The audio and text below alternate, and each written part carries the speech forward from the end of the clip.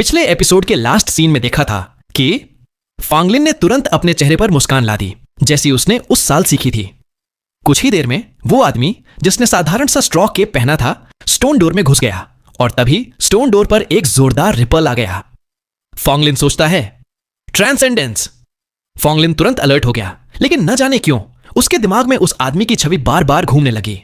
उसे महसूस हुआ कि वो आदमी कुछ जाना पहचाना सा है। जब उसने रुककर उसकी तरफ देखा था, अब आगे सुबह का वक्त था, लेकिन बारिश बहुत तेज हो रही थी। आसमान साफ नहीं दिख रहा था। काले बादलों ने सूरज की रोशनी को पूरी तरह ढक रखा था।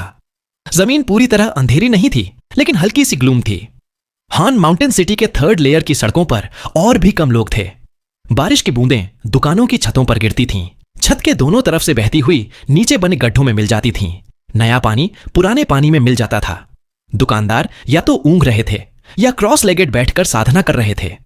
कुछ ही थे जो दुकान के दरवाजे पर खड़े होकर बारिश को देख रहे थे और मन ही मन कुछ सोच रहे थे। सूमिंग बारिश की खामोशी में सुबह की नमी भरी हवा में सांस लेते हुए हान माउंटेन सिटी के 3rd लेयर की सड़कों पर चल रहा था। कोई भी उसका चेहरा नहीं देख सकता था। लोग बस उसकी हल्की सी उदास सी परछाई को बारिश में चलते हुए देख सकते थे। वो दुकानों के पास से गुजरता, लेकिन किसी का ध्यान ज्यादा उस पर नहीं जाता। कभी कभी जब वो किसी ऐसे इंसान के सामने से गुजरता जो बारिश देख रहा होता, तो वो उसकी तरफ देखता, लेकिन शायद सिर्फ इसलिए कि सूमिंग ने उसके सीनरी देखने के फ्लो को तोड़ दिया था। फिर भी लोग बस एक नजर डालते और फिर अनदेखा कर देते। किसी को अंदाजा नहीं था कि वो उदास सा दिखने वाला इंसान क्या करने वाला है और आज सुबह हान माउंटेन सिटी में कैसी हलचल मचाने वाला है। सूमिंग चुपचाप चलता रहा जब तक कि वो 2nd लेयर के गेट तक नहीं पहुंच गया। उसने इधर उधर देखा, वहां बस वही था और कोई नहीं था। अब भी वहां एक बड़ा गेट था जो 2nd लेयर का एंट्रेंस था।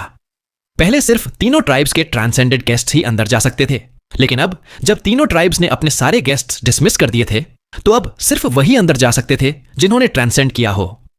तीनों ट्राइब्स के लोगों को छोड़ दें तो पूरे हान माउंटेन सिटी में सिर्फ 5 लोग थे जो 2nd लेयर में जा सकते थे। एंट्रेंस के दाईं तरफ एक बहुत बड़ी घंटी थी जो हंड्रेड्स ऑफ फीट ऊंची थी। ये एंशिएंट बेल पूरी तरह से रेड वायलेट थी। उसकी सतह पर रस्ट के निशान थे और उसमें से बहुत पुरानी एज्ड प्रेजेंस आ रही थी, जैसे वो बहुत सालों से वहीं रखी हो। उस एंशिएंट बेल की सतह पर 3 अजीब और डरावने जानवर खुदे हुए थे। एक था ड्रैगन क्लैम, दूसरा एल्पाइन डार्क टर्टल और तीसरे का चित्र समय के साथ फीका पड़ गया था। वो साफ नहीं दिखता था, लेकिन साफ था कि वो तीनों में सबसे लीडर था। उनकी पोजीशन देखकर लगता था कि ड्रैगन क्लैम और एल्पाइन डार्क टर्टल उस आखिरी जानवर के नीचे थे, जैसे उसकी सेवा कर रहे हों। घंटी पर पानी जमा था। बारिश की बूंदें उसकी सतह पर गिरती और किनारों से बहती हुई नीचे गिर जाती थीं। सूमिंग स्टोन गेट के पास खड़ा था, एंशिएंट बेल को देख रहा था। उसकी आंखें जो बैम्बू हेड के नीचे छुपी थीं, धीरे धीरे चमकने लगीं। वो धीरे धीरे चल रहा था। उसके कदम धीमे थे, लेकिन हर कदम मजबूत और स्थिर था। साथ ही वो अपने बॉडी की ची भी जमा कर रहा था।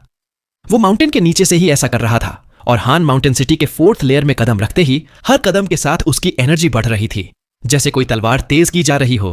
अब उसकी एनर्जी पूरी तरह तैयार थी। तलवार तेज हो चुकी थी। बस अब उसे बाहर निकलना था, दुनिया को हैरान करना था, तलवार को अपनी चमक दिखानी थी। सुमिंग अपने मन में सोचता है, ही फंग ने जैसे हान फेजी की मदद ली थी हान माउंटेन की चोटी तक पहुंचने के लिए, वैसे ही तीनों ट्राइब्स के लोगों से मदद मांगने के अलावा हान माउंटेन की चेन्स को चैलेंज करने का एक और तरीका है। यह तरीका उन सभी बजर्कर्स के लिए है जो हान माउंटेन सिटी आए हैं। हमें इस घंटी को बजाना होगा। हमें घंटी की आवाज पूरे इलाके में फैलानी होगी ताकि सबको पता चले कि हम हान माउंटेन की चेन्स को चैलेंज करने वाले हैं। सूमिंग ने घंटी को चुपचाप देखा। उसकी आंखों की चमक और तेज हो गई। उसने ही फेंग से हान माउंटेन की चेन्स के बारे में पहले ही पूछ लिया था और जानता था कि यह घंटी आम ताकत वालों के लिए नहीं बजती। ये इसलिए भी था ताकि जो लोग काफी ताकतवर नहीं हैं, वो हान माउंटेन की चेन्स को चैलेंज करते हुए मर न जाएं और सबका वक्त बर्बाद न हो। साथ ही हान माउंटेन की चेन्स की इज्जत भी बनी रहे। सूमिंग खुद से बड़बड़ाता है, सिर्फ वही लोग जो घंटी को 9 बार बजा सकते हैं, उन्हें हान माउंटेन की चेन्स को चैलेंज करने का हक है। जब मेरा मकसद ही सबको चौंकाना है ताकि मैं फ्रीजिंग स्काई क्लैन में घुस सकूं, तो मुझे भीड़ से अलग दिखना ही होगा। बारिश में उसकी शांत पर्सनैलिटी अचानक बदल गई। उसके अंदर से एक जबरदस्त प्रेजेंस निकली, जैसे तलवार म्यान से बाहर आ गई हो, जैसे उसकी आधी एनर्जी बाहर निकल गई हो। जैसे ही उसकी प्रेजेंस उठी, उसी वक्त आसमान में थंडर की हल्की गड़गड़ाहट हुई। बादलों के पीछे छुपी बिजली चमकी। जैसे ही बिजली चमकी, सूमिंग ने अपना दायां हाथ उठाया उसने एंशंट बेल की तरफ देखा, गहरी सांस ली और अपना दाएं हाथ जोर से घंटी पर मारा। डोंग। घंटी की आवाज ऐसी थी जैसे समुद्र की लहरें गरज रही हों। आवाज भारी थी, उसमें एंशंटनेस का एहसास था, जैसे बहुत पुराने जमाने से आ रही हो। घंटी से एक हल्की सी रिपल निकली जो आंखों से मुश्किल से दिख रही थी, और वो आवाज के साथ चारों तरफ फैल गई। रिपल दिखती नहीं थी, लेकिन जैसे ही सू मिंग के कपड़ों को छुआ, उसे लगा जैसे उसके बॉडी पर कोई बहुत बड़ी ताकत लगी है जो उसे घंटी से दूर धकेलना चाहती है। घंटी की आवाज जैसे ही हवा में गूंजी और पूरे हान माउंटेन ट्राइब और तीनों ट्राइब्स में फैल गई, बारिश भरी सुबह में ध्यान लगा रहे अनगिनत लोग चौंक गए। कुछ लोग हैरानी से कहते हैं, ये हान माउंटेन बेल की आवाज है। कोई हान माउंटेन की चेन्स को चैलेंज करना चाहता है। मैंने कहा था ना, जैसे जैसे फ्रीजिंग स्काई क्लैन के आने का दिन करीब आएगा, हान माउंटेन सिटी और भी लाइवली हो जाएगी। ये तो बस एक बार घंटी बजी है। अगर घंटी 9 बार बजे तभी चेन्स को चैलेंज करने का हक मिलेगा, वरना तीनों ट्राइब्स की मंजूरी चाहिए, तभी सीधे छोटी पर चैलेंज करने जा सकते हो। छोड़ो, घंटी तो पिछले कुछ महीनों में अनगिनत बार बजी है, लेकिन कोई भी 6 बार से आगे नहीं जा पाया, और घंटी आगे भी बजती रहेगी। फ्रीजिंग स्काई क्लैन में घुसना है तो सब कुछ दांव पर लगाना ही पड़ता है। हान माउंटेन सिटी में हलचल मच गई। बहुत से लोग सड़कों पर आ गए और थर्ड लेयर में जहां हान माउंटेन बेल थी उसकी तरफ देखने लगे, लेकिन बारिश बहुत तेज थी, तो लोग बस एक नजर डालकर फिर अपने घरों में चले गए। सेकंड लेयर में ठहरे पावरफुल ट्रांसेंडेड बजर्कर्स, जिनमें नानतियन और केजूसी भी थे, उन्होंने भी घंटी की आवाज सुनी, लेकिन बाहर नहीं निकले। नानतियन हल्की सी मुस्कान के साथ अनदेखा कर गया। केजूसी ने तो अपनी आंखें भी नहीं खोली। वो अपने घर में चुपचाप बैठा रहा, जैसे घंटी की आवाज सुनी ही नहीं। ज्वानलुन और बाकी 2 पावरफुल ट्रांसेंडेड बजर्कर्स का भी यही हाल था। भले ही घंटी 6 या 7 बार भी बजे, उनका ध्यान नहीं जाता, तो फिर एक बार की घंटी पर कौन ध्यान देगा। तीनों ट्राइब्स भी बारिश में शांत थीं, जैसे उन्हें घंटी की आवाज से कोई फर्क ही नहीं पड़ा, और सच भी यही था। तीनों ट्राइब्स के ज्यादातर लोग घंटी की आवाज सुनकर बस एक पल को रुके, फिर ध्यान नहीं दिया। इन्हीं लोगों में तीनों ट्राइब्स के लीडर्स भी थे, यन लुआन भी। फंक्शन ने भी बस एक पल के लिए ध्यान तोड़ा, आंखें खोली, फिर दोबारा ध्यान में बैठ गया। बस हन फेजी ही थी जो अपनी खिड़की पर खड़ी बारिश देख रही थी, जैसे आसमान और जमीन को जोड़ती बारिश और हान माउंटेन सिटी को देख रही हो। उसकी आंखों में हल्की सी चमक थी। उसके अलावा एक और औरत भी थी जो बारिश में चुपचाप हान माउंटेन को देख रही थी, हान चंगजी। पहली घंटी की आवाज बस ऐसे थी जैसे किसी ने पानी में छोटा सा पत्थर फेंका हो। बस हल्की सी रिपल बनी, फिर पानी फिर से शांत हो गया। सच तो यह है कि आधा दिन बीत जाने के बाद बहुत कम लोगों को याद भी रहता कि अभी अभी घंटी बजी थी। सू मिंग के एक्सप्रेशन में कोई बदलाव नहीं था। घंटी के बजने से जो रिपल बनी थी वो उसके बॉडी में समाकर तुरंत ही गायब हो गई। उस पर कोई असर नहीं हुआ। घंटी की आवाज अब भी हवा में गूंज रही थी, लेकिन उसके अलावा सिर्फ बारिश की आवाज थी। वहां कोई और आवाज नहीं थी। यहां तक कि थर्ड लेयर की दुकानों के शॉपकीपर्स भी बाहर आकर देखने नहीं आए। सब कुछ शांत था। सू मिंग ने घंटी से अपना दायां हाथ हटाया और बिना किसी इमोशन के फिर से घंटी पर हाथ मारा। डोंग। दूसरी घंटी की आवाज गूंजी और उसी पल सू मिंग की नजर तलवार जैसी तेज हो गई। उसकी आंखों में ठंडा सा तेज था और उसने फिर से अपना दायां हाथ घंटी पर मारा। Dong Dong Dong Dong. 4 बार लगातार घंटी बजी। पहले की 2 आवाजों के साथ अब कुल 6 बार घंटी बज चुकी थी। वो एंशंट साउंड जिसमें उम्र का एहसास था अब सबके दिलों को हिला रही थी। यहां तक कि आसमान में गरजती बिजली की आवाज भी अब घंटी की आवाज के आगे फीकी पड़ गई थी, और पूरा हान माउंटेन सिटी और तीनों ट्राइब्स की माउंटेन्स बस घंटी की आवाज से गूंज उठी थीं। हान माउंटेन सिटी चौंक गई। जिन लोगों ने घंटी की आवाज सुनकर घरों में वापस चले गए थे, उनके चेहरे तुरंत बदल गए। यहां तक कि थर्ड लेयर के शॉपकीपर्स भी हैरान रह गए। कुछ लोग बाहर आ गए और सेकंड लेयर के एंट्रेंस की तरफ देखने लगे जहां घंटी थी। सेकंड लेयर में नंतियन और बाकी लोगों के चेहरे भी गंभीर हो गए। घंटी को लगातार बजाना और एक साथ कई बार घंटी बजाना, दोनों का मतलब बहुत अलग होता है। साथ ही जितनी बार घंटी बजती है उतनी ही ज्यादा रिबाउंड की ताकत झेलनी पड़ती है। तीनों ट्राइब्स की माउंटेन्स में भी घंटी की आवाज गूंजने से हलचल मच गई। इसी वक्त 7th घंटी की आवाज आई और उसी पल 8th और 9th घंटी की आवाज भी आई, जैसे आसमान के बादलों को चीरती हवा या एंशंट बेल की ताकत से आई बांट। और इन आवाजों ने आसमान को हिला दिया, धरती को कांपने पर मजबूर कर दिया। हान माउंटेन सिटी के लोग कुछ पल बाद ही शौक से बाहर आए। फिर तो जैसे कोई जंगली जानवर नींद से जाग गया हो, पूरे शहर में शोर मच गया। कुछ लोग चौंक कर कहते हैं, 9 बार? क्या क्या सच में 9 बार घंटी बजी? ये तो बहुत अचानक हुआ। ये सिर्फ 9 बार नहीं, बल्कि ये घंटी की आवाजें तो जैसे एक साथ मिल गईं। ये इंसान, ये कोई मामूली आदमी नहीं है। हमें जरूर देखना चाहिए कि ये कौन है जो हान माउंटेन की चेन्स को चैलेंज करेगा। कौन है ये? कौन हो सकता है? कहीं ये 5 ट्रांसेंडेड बर्सर्कर्स में से कोई तो नहीं? हान माउंटेन के ज्यादातर लोग घरों से बाहर निकल आए और बारिश में 3rd लेयर की तरफ देखने लगे। कुछ तो भागकर देखने भी गए कि आखिर किसने घंटी को 9 बार बजाया। इसी वक्त नानतियन और बाकी लोग 2nd लेयर में तुरंत खड़े हो गए। एक झटके में वो अपने घरों से बाहर आ गए और 3rd लेयर के एग्जिट की तरफ देखने लगे। उस स्टोन गेट के पीछे घंटी थी और वही इंसान था जिसने उसे बजाया था। लेक ऑफ कलर्स ट्राइब की माउंटेन पर यन लुआन भी खड़ी हो गई। शांत एक्सप्रेशन के साथ वो अपने घर से बाहर आई और बारिश में डूबे शहर को देखने लगी। उसकी ताकत से वो हल्के हल्के रिपल्स देख सकती थी जो हान माउंटेन सिटी से फैल रही थीं और बारिश को हटा रही थीं। उसी पल हान माउंटेन बिना बारिश के हो गया। यन लुआन आदेश देती है, आखिरकार कोई अच्छा चैलेंजर आया है हान माउंटेन की चेन्स के लिए। किसी को भेजो जिससे चैलेंजर को हान माउंटेन की चोटी तक पहुंचने का प्लेट मिल सके। उसका टोन बहुत शांत था, जैसे कुछ भी उसे एक्साइट नहीं कर सकता। लेकिन जैसे ही उसने बोलना शुरू किया, पहली बार हान माउंटेन सिटी से ऐसी आवाज आई जिसने उसके एक्सप्रेशन को बदल दिया। टोंग टोंग टोंग 11-12 बार घंटी की आवाज अचानक गूंज उठी। इसी वक्त हान माउंटेन सिटी के ऊपर काले बादलों वाले आसमान में जानवर की दहाड़ गूंजी। वो आवाज इतनी तेज थी कि आसमान हिल गया और जैसे ही वो दहाड़ आई, एक विशाल डरावने बीस्ट की परछाई सबके सामने आ गई, जिसका सिर ड्रैगन जैसा था और बॉडी क्लैम जैसी। यन लुआन हैरानी से सोचती है, इस इंसान की कल्टीवेशन लेवल क्या है? ये घंटी को 12 बार कैसे बजा पाया और हान माउंटेन के सील्ड बीस्ट की परछाई कैसे बुला ली? उसकी सांसें तेज हो गईं और उसकी आंखों में चमक आ गई।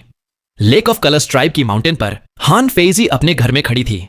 ऐसा लग रहा था जैसे वो शहर में घंटी बजाने वाले इंसान को देख सकती है। उसकी आंखों में तेज चमक थी। वो हान माउंटेन को घूर रही थी। भले ही वो इंसान फॉग में छुपा था, लेकिन हान फेजी को अब हल्का हल्का अंदाजा हो गया था कि ये वही मोसू हो सकता है जिसे वो इतने समय से ढूंढ रही थी।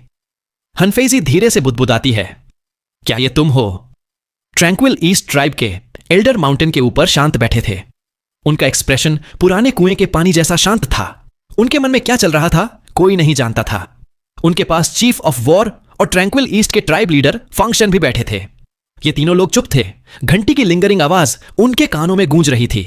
एल्डर ऑफ ट्रैंक्विल ईस्ट धीरे धीरे हल्की फटी आवाज में पूछते हैं, कहीं ये हमारा गेस्ट मोसू तो नहीं? फंक्शन जवाब देता है, पक्का नहीं कह सकता, लेकिन मैंने लोग भेज दिए हैं पता करने के लिए। चीफ ऑफ वॉर थोड़ी देर हिचक कर एल्डर से पूछता है, एल्डर, क्या हमें इस इंसान को प्लेट देनी चाहिए? एल्डर, जिनका चेहरा झुर्रियों से भरा था, आंखें बंद किए बैठे थे। उन्होंने चीफ ऑफ वॉर की बात ना मानी, नहीं मना की। पुकियांग ट्राइब की माउंटेन जो काली फॉग में छुपी थी, वहां दर्जनों धुंधली सिलुएट्स खड़ी थीं। सब हान माउंटेन सिटी की तरफ देख रही थीं। कोई कुछ नहीं बोल रहा था, बस दूर चुपचाप देख रहे थे। तीनों ट्राइब्स की इस शांति के मुकाबले जैसे ही हान माउंटेन सिटी के ऊपर काले बादलों में ड्रैगन क्लैम की विशाल परछाई दिखी, शहर के लोग पूरी तरह हिल गए। अनगिनत लोग बारिश में बाहर भागे, आसमान में ड्रैगन क्लैम को देखने लगे। सबके दिल दहल गए थे और उनके कानों में घंटी की आवाज अब भी गूंज रही थी। कुछ लोग हैरान होकर कहते हैं, 12 बार घंटी बजी, हान माउंटेन बेल 12 बार बजी। ये इंसान सच में बहुत ताकतवर है। अब इसे हान माउंटेन की चेन्स को चैलेंज करने का हक मिल गया है। अब बस तीनों ट्राइब्स को प्लेट्स भेजनी है, फिर ये माउंटेन की चोटी पर जाकर चेन्स को चैलेंज कर सकता है। मुझे लगा था एक बार घंटी बजना तो बस एक्सीडेंट था, लेकिन अब तो ये 9 से भी आगे 12 बार बजा दी। कौन है ये? लगता है ये अभी रुकेगा नहीं। आखिर कितनी बार घंटी बजाएगा? लोग हान माउंटेन के 4th लेयर से 3rd लेयर के एंट्रेंस की तरफ भागने लगे। फॉन्गलेन और बाकी लोग जो 3rd लेयर के एंट्रेंस पर थे, 12वीं घंटी सुनकर दहल गए। खास तौर पर फॉन्गलेन, उसका मुंह सूख गया, दिल जोर जोर से धड़कने लगा। उसे बहुत स्ट्रांग फीलिंग आई कि जिसने एंशिएंट बेल 12 बार बजाई, वो शायद वही जाना पहचाना इंसान है जिसे उसने अभी अभी देखा था। लोग आए और फैंगलिन को पार करते हुए सीधे स्टोन गेट की तरफ भाग गए और अंदर गायब हो गए। जिनके पास 3rd लेयर में घुसने का हक था, वो सब आज सुबह बस एक ही मकसद से अंदर गए, देखना कि घंटी बजाने वाला कौन है। 3rd लेयर के शॉपकीपर्स ने सबसे पहले सूमिंग को देखा, जो बैम्बू हैट और स्ट्रॉ के पहने घंटी के नीचे खड़ा था। जैसे ही उन्होंने उस अनजान इंसान को देखा, सब लोग उससे 1000 फीट दूर रुक गए। 2nd लेयर के एग्जिट पर 2nd लेयर के लोग नंतियन, श्वेनलून, केजूसी और बाकी लोग थे। उन्हें पता था कि जिसने एंशंट बेल 12 बार बजाई वो स्टोन गेट के पीछे है, लेकिन वो वहां नहीं गए। नांतियन की नजर आसमान में ड्रैगन क्लैम की परछाई पर पड़ी। फिर वो धीरे से बोला, नांतियन कहता है 12 बार? मैंने सुना है कि हान माउंटेन सिटी के इतिहास में जो लोग हान माउंटेन की चेन्स पूरी पार कर गए, उनमें से 3 ने 12 से ज्यादा बार घंटी बजाकर हान माउंटेन के सील्ड बीस्ट्स को बुला लिया था। केजूसी, जो नांतियन के पास खड़ा था, अचानक बोला। केजूसी कहता है, भाई नान, तुम एक इंसान को भूल गए। जैसे ही उसने ये कहा, नांतियन का एक्सप्रेशन बदल गया। वो चुप हो गया। ज्वेनलोन भी पास ही खड़ा था। उसने भी ये सुना और उसका चेहरा थोड़ा सफेद पड़ गया, जैसे उसे कुछ याद आ गया हो। सेकंड लेयर में 4 लोग थे। एक मिडिल एज्ड आदमी हरे कपड़ों में एक तरफ खड़ा था। उसके कपड़े अजीब थे। हान माउंटेन सिटी का मौसम गर्म था, बारिश के मौसम में भी, लेकिन उसके कपड़े बहुत मोटे थे, जैसे इतनी गर्मी में भी उसे ठंड लगती हो। मिडिल एज्ड आदमी पूछता है, भाई के, क्या वो इंसान? जैसे ही उसने बोला, उसके मुंह से सफेद सांस निकली जो बाकी लोगों से अलग थी। अगर कोई और देखता तो तुरंत पहचान जाता कि यह इंसान नांतियन जैसा ही ट्रांसेंडेंट बजर्कर है। यह था चौथा transcendent berserker, Leng Ying. Leng Ying धीरे से पूछता है, सीमाशिन? केजूसी जवाब देता है, भाई लेंग, भाई युन, तुम दोनों अभी अभी हान माउंटेन सिटी आए हो, शायद इस इंसान को नहीं जानते। हान माउंटेन सिटी के 5 ट्रांसेंडेंट बर्सर्कर्स में एक और इंसान था, युनजांग। वही था भाई युन, जिसका जिक्र केजूसी ने किया। यह इंसान 1 महीने पहले आइसोलेशन में चला गया था ताकि फ्रीजिंग स्काई क्लैन में शामिल होने की तैयारी कर सके। ज्वेनलन पेल एक्सप्रेशन के साथ समझाता है, सी मासिन पहले फ्रीजिंग स्काई क्लैन के साथ हान माउंटेन सिटी आया था और एंशंट बेल बजाई थी। ज्यादातर आउटसाइडर्स को डिटेल्स नहीं पता, बस तीनों ट्राइब्स के लीडर्स और हम 3 को पता है। लेंग यिंग हैरानी से पूछता है, अगर उसने घंटी बजाई थी तो बाकी लोगों को डिटेल्स क्यों नहीं पता? जब घंटी बजती है तो पूरे हान माउंटेन को पता चलता है, और अगर सीमाशिन जैसा कोई बजाए तो सबको याद रहना चाहिए। लेंग यिंग ने श्वेन लून की तरफ देखा। श्वेन लून कुछ पल चुप रहा। बोलने ही वाला था कि एक और घंटी की आवाज हवा में गूंजी। डोंग। सूमिंग एंशंट बेल के पास खड़ा था। उसके एक्सप्रेशन में कोई बदलाव नहीं था, लेकिन बैम्बू हैट के नीचे उसकी आंखों में तेज चमक थी। घंटी से जो रिबाउंड आ रहा था वो उसके बॉडी में हलचल मचा रहा था। उसने देखा कि भीड़ 1000 फीट दूर इकट्ठा हो रही है और कुछ लोग दूर से उसकी तरफ भाग रहे हैं। सारी नजरें बारिश की चादर के पार उसी पर थीं। सूमिंग अपने मन में सोचता है, 12 बार घंटी बजाना हान माउंटेन सिटी को तो चौंका देगा, लेकिन तीनों ट्राइब्स पर कोई असर नहीं पड़ रहा। सूमिंग ने सिर उठाया और आसमान में बादलों के बीच दिख रहे ड्रैगन क्लैम को देखा। जब बीस्ट की परछाई आई थी तब उसने एक बार दहाड़ मारी थी। अब वो बस हवा में तैर रही थी, जैसे उसमें जान ही ना हो, लेकिन फिर भी उसमें से इंपोजिंग प्रेशर आ रही थी। सूमिंग सोचता है, यह मेरी प्लानिंग के हिसाब से नहीं है। लगता है 12 बार घंटी बजाना भी उतना शौक नहीं लाया जितना मैं चाहता था। तो फिर सूमिंग ने दायां हाथ उठाया। इस बार उसने हाथ से नहीं मारा, बल्कि एंशंट बेल पर जोरदार पंच मारा। जैसे ही उसकी मुट्ठी गिरी, 13वीं घंटी की आवाज गूंजी और एक जोरदार इनविजिबल रिपल चारों तरफ फैल गई। वो रिपल पहले दिखती नहीं थी, लेकिन बारिश में सबने देखा कि बारिश की बूंदें इकट्ठा होकर एक विशाल रिंग बना रही थीं, जो तेजी से बाहर फैल रही थी। ये रिंग ऐसे फैल रही थी जैसे उसमें टाइफून की ताकत हो, जो बारिश और हवा को घंटी की आवाज के नीचे छुपे हाउल में बदल रही थी। जिस पर भी रिपल पड़ी, उसके कपड़े फड़फड़ाने लगे, बाल उड़ने लगे। 13वीं घंटी की आवाज अब भी हवा में गूंज रही थी। सूमिंग ने फिर मुट्ठी उठाई और 4 बार और बेल पर मारा। सूमिंग अपने मन में सोचता है, अगर इतना काफी नहीं है तो मैं इतना कर दूं कि सबको नोटिस करना पड़े। सूमिंग के बॉडी का स्ट्रॉ केप चीरकर उड़ गया। नीचे से ब्लैक रोब दिख गई। उसके सिर का बैम्बू हैट अब भी हिला नहीं, चेहरा ढका रहा। घंटी की आवाजों ने आसमान जमीन हिला दी। 4 बार लगातार घंटी बजी। 4 रिंग शेप्ड रिपल्स बनी, जो सबसे दूर वाली रिंग की तरफ बढ़ गईं, जिससे पूरी दुनिया ऐसे दिखने लगी जैसे पानी की सतह हो और सूमिंग उन रिपल्स का सेंटर हो। हान माउंटेन कांप गया। बहुत सारे पत्थर टूटकर गिरने लगे। ऐसा लगा जैसे धरती ही हिल रही हो। जैसे जैसे रिपल्स फैलती गईं, भीड़ 1000 फीट दूर पीछे हट गई। सबके एक्सप्रेशंस बदल गए। इसी वक्त आसमान से एक भारी दहाड़ आई। ड्रैगन क्लैम की आंखों में जान आ गई। वो हिलने लगा और हान माउंटेन सिटी के सेंटर से अपनी विशाल बॉडी के साथ 2-3 बार घूम गया, जिससे आसमान के कुछ डार्क क्लाउड्स छंट गए। उसके मुंह से निकली दहाड़ ने जमीन हिला दी। इतनी तेज थी कि कान सुन्न हो जाए। सूमिंग की आंखों में तेज चमक आ गई। उसने फिर से बेल पर पंच मारा। जैसे ही उसकी मुट्ठी घंटी से टकराई, 18th घंटी की आवाज गूंजी। उसी पल ड्रैगन क्लैम भी अपनी लिमिट पर पहुंच गया। उसने एक बार और दहाड़ मारी, उसका बॉडी कांप गया और सबके सामने गायब हो गया। लेकिन जैसे ही वो गायब हुआ, वॉइड से एक तेज हाउल आई। उस आवाज के साथ आसमान में एक ऐसी माउंटेन उभरी जिसे शब्दों में नहीं बताया जा सकता। उस माउंटेन का साइज हान माउंटेन से भी बड़ा था, सूमिंग की यादों की हर माउंटेन से बड़ा। यह माउंटेन आसमान और जमीन को ढक रही थी, हवा में इल्यूजन की तरह दिख रही थी। उसकी छोटी दिख नहीं रही थी, बस उसके नीचे एक विशाल टर्टल दिख रही थी जो उस माउंटेन को अपनी पीठ पर उठाए थी। वो टर्टल बहुत डरावनी लग रही थी। उसका चेहरा ट्विस्टेड था, उसमें एक मलिशियस स्पिरिट की तस्वीर बनी थी। वो टर्टल किसी इविल स्पिरिट जैसी थी। यही हान माउंटेन की बेल पर बनी दूसरी सील्ड बीस्ट थी, एल्पीन डार्क टर्टल। हान माउंटेन सिटी के सभी लोग जिन्होंने ये देखा, उनकी सांसें तेज हो गईं। आज सुबह जो कुछ हुआ उसने सबको हिला दिया। शायद ज्यादातर लोगों ने ऐसा नजारा पहले कभी नहीं देखा था। अगर कोई हान माउंटेन की चेन्स को चैलेंज करना चाहता है तो उसे घंटी बजानी ही पड़ती है। लेकिन घंटी बजाना ही बहुत लोगों के लिए हर्डल है। 9 बार घंटी बजाना ही उनका लिमिट होता है। लेकिन आज उन्होंने अपने कानों से 18 बार घंटी की आवाज सुनी और हान माउंटेन के लेजेंडरी सील्ड बीस्ट्स को अपनी आंखों से आसमान में देखा। कुछ लोग एक्साइटमेंट में चिल्लाते हैं, एल्पाइन डार्क टर्टल। कहा जाता है कि हान माउंटेन बेल असल में हान माउंटेन ट्राइब की नहीं थी। जब घंटी बजती है तो इल्यूजन्स दिखती हैं। मैं हान माउंटेन सिटी में कई सालों से हूं और लोगों को हान माउंटेन बेल के बारे में बातें करते सुना है। घंटी पर 3 डरावने जानवर खुदे हैं, लेकिन बस 2 ही साफ दिखते हैं। तीसरा तो अब दिखता ही नहीं। अब बहुत कम लोगों को पता है कि तीसरा बीस्ट कैसा दिखता है। यह इंसान अनजान लगता है, लेकिन इसकी ताकत देखकर लगता है कि यह ट्रांसेंडेड है, वरना 18 बार घंटी नहीं बजा सकता। 18 बार। और देखो, यह तो बिल्कुल रिलैक्स्ड लग रहा है। देखो, तीनों ट्राइब्स में से कोई आ गया। यह लेक ऑफ कलर्स ट्राइब है। भीड़ में शोर मच गया, सब आपस में बातें करने लगे, शॉक में थे। तभी किसी ने चौंक कर देखा। लेक ऑफ कलर्स ट्राइब की माउंटेन से एक आदमी शहर की तरफ आ रहा था। वो बूढ़ा आदमी था, हवा में चल रहा था। भले ही उसका एक्सप्रेशन शांत था, लेकिन उसकी आंखों में छुपा शौक छुप नहीं पा रहा था।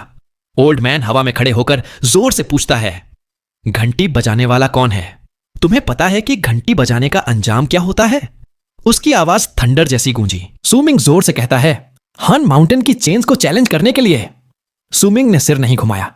उसने फिर से अपना दायां हाथ उठाया और घंटी पर पंच मारा, जिससे 19th घंटी की आवाज गूंज उठी। जैसे ही घंटी की आवाज आई, हवा में रिपल्स फैल गईं, पहाड़ों से कंकड़ लुढ़कने लगे और आसमान में एल्पाइन डार्क टर्टल ने फिर से जोरदार हाउल की। भीड़ में लोग चौंक कर कहते हैं, 19 बार! ये कितनी बार घंटी बजाएगा? इसकी लिमिट क्या है? क्या यह सच में हान माउंटेन की चेन्स को चैलेंज करना चाहता है? अगर घंटी बजाने में इसे चोट लग गई तो चेन्स चैलेंज करते वक्त तो पक्का मर जाएगा। यह इंसान तो हद कर रहा है। देखो, लेक ऑफ कलर्स ट्राइब ने अपना आदमी भेज दिया है, लेकिन फिर भी इसने 19th घंटी की आवाज दी। भीड़ में चर्चा का शोर ऐसे उठ रहा था जैसे तूफान आ गया हो। इसी बीच लेक ऑफ कलर्स ट्राइब के बूढ़े आदमी ने सूमिंग की तरफ गहरी नजर डाली, फिर अपने कपड़ों से एक प्लेट निकाली और उसकी तरफ फेंक दी। ओल्ड मैन जोर से कहता है, ट्राइब लीडर के आदेश से हम तुम्हें हान माउंटेन की चेन्स को चैलेंज करने का हक देते हैं। लेक ऑफ कलर्स ट्राइब तुम्हारे आने का इंतजार करेगी। सूमिंग ने प्लेट ले ली तो बूढ़ा आदमी मुड़कर एक लॉन्ग आर्क में लेक ऑफ कलर्स ट्राइब की तरफ लौट गया।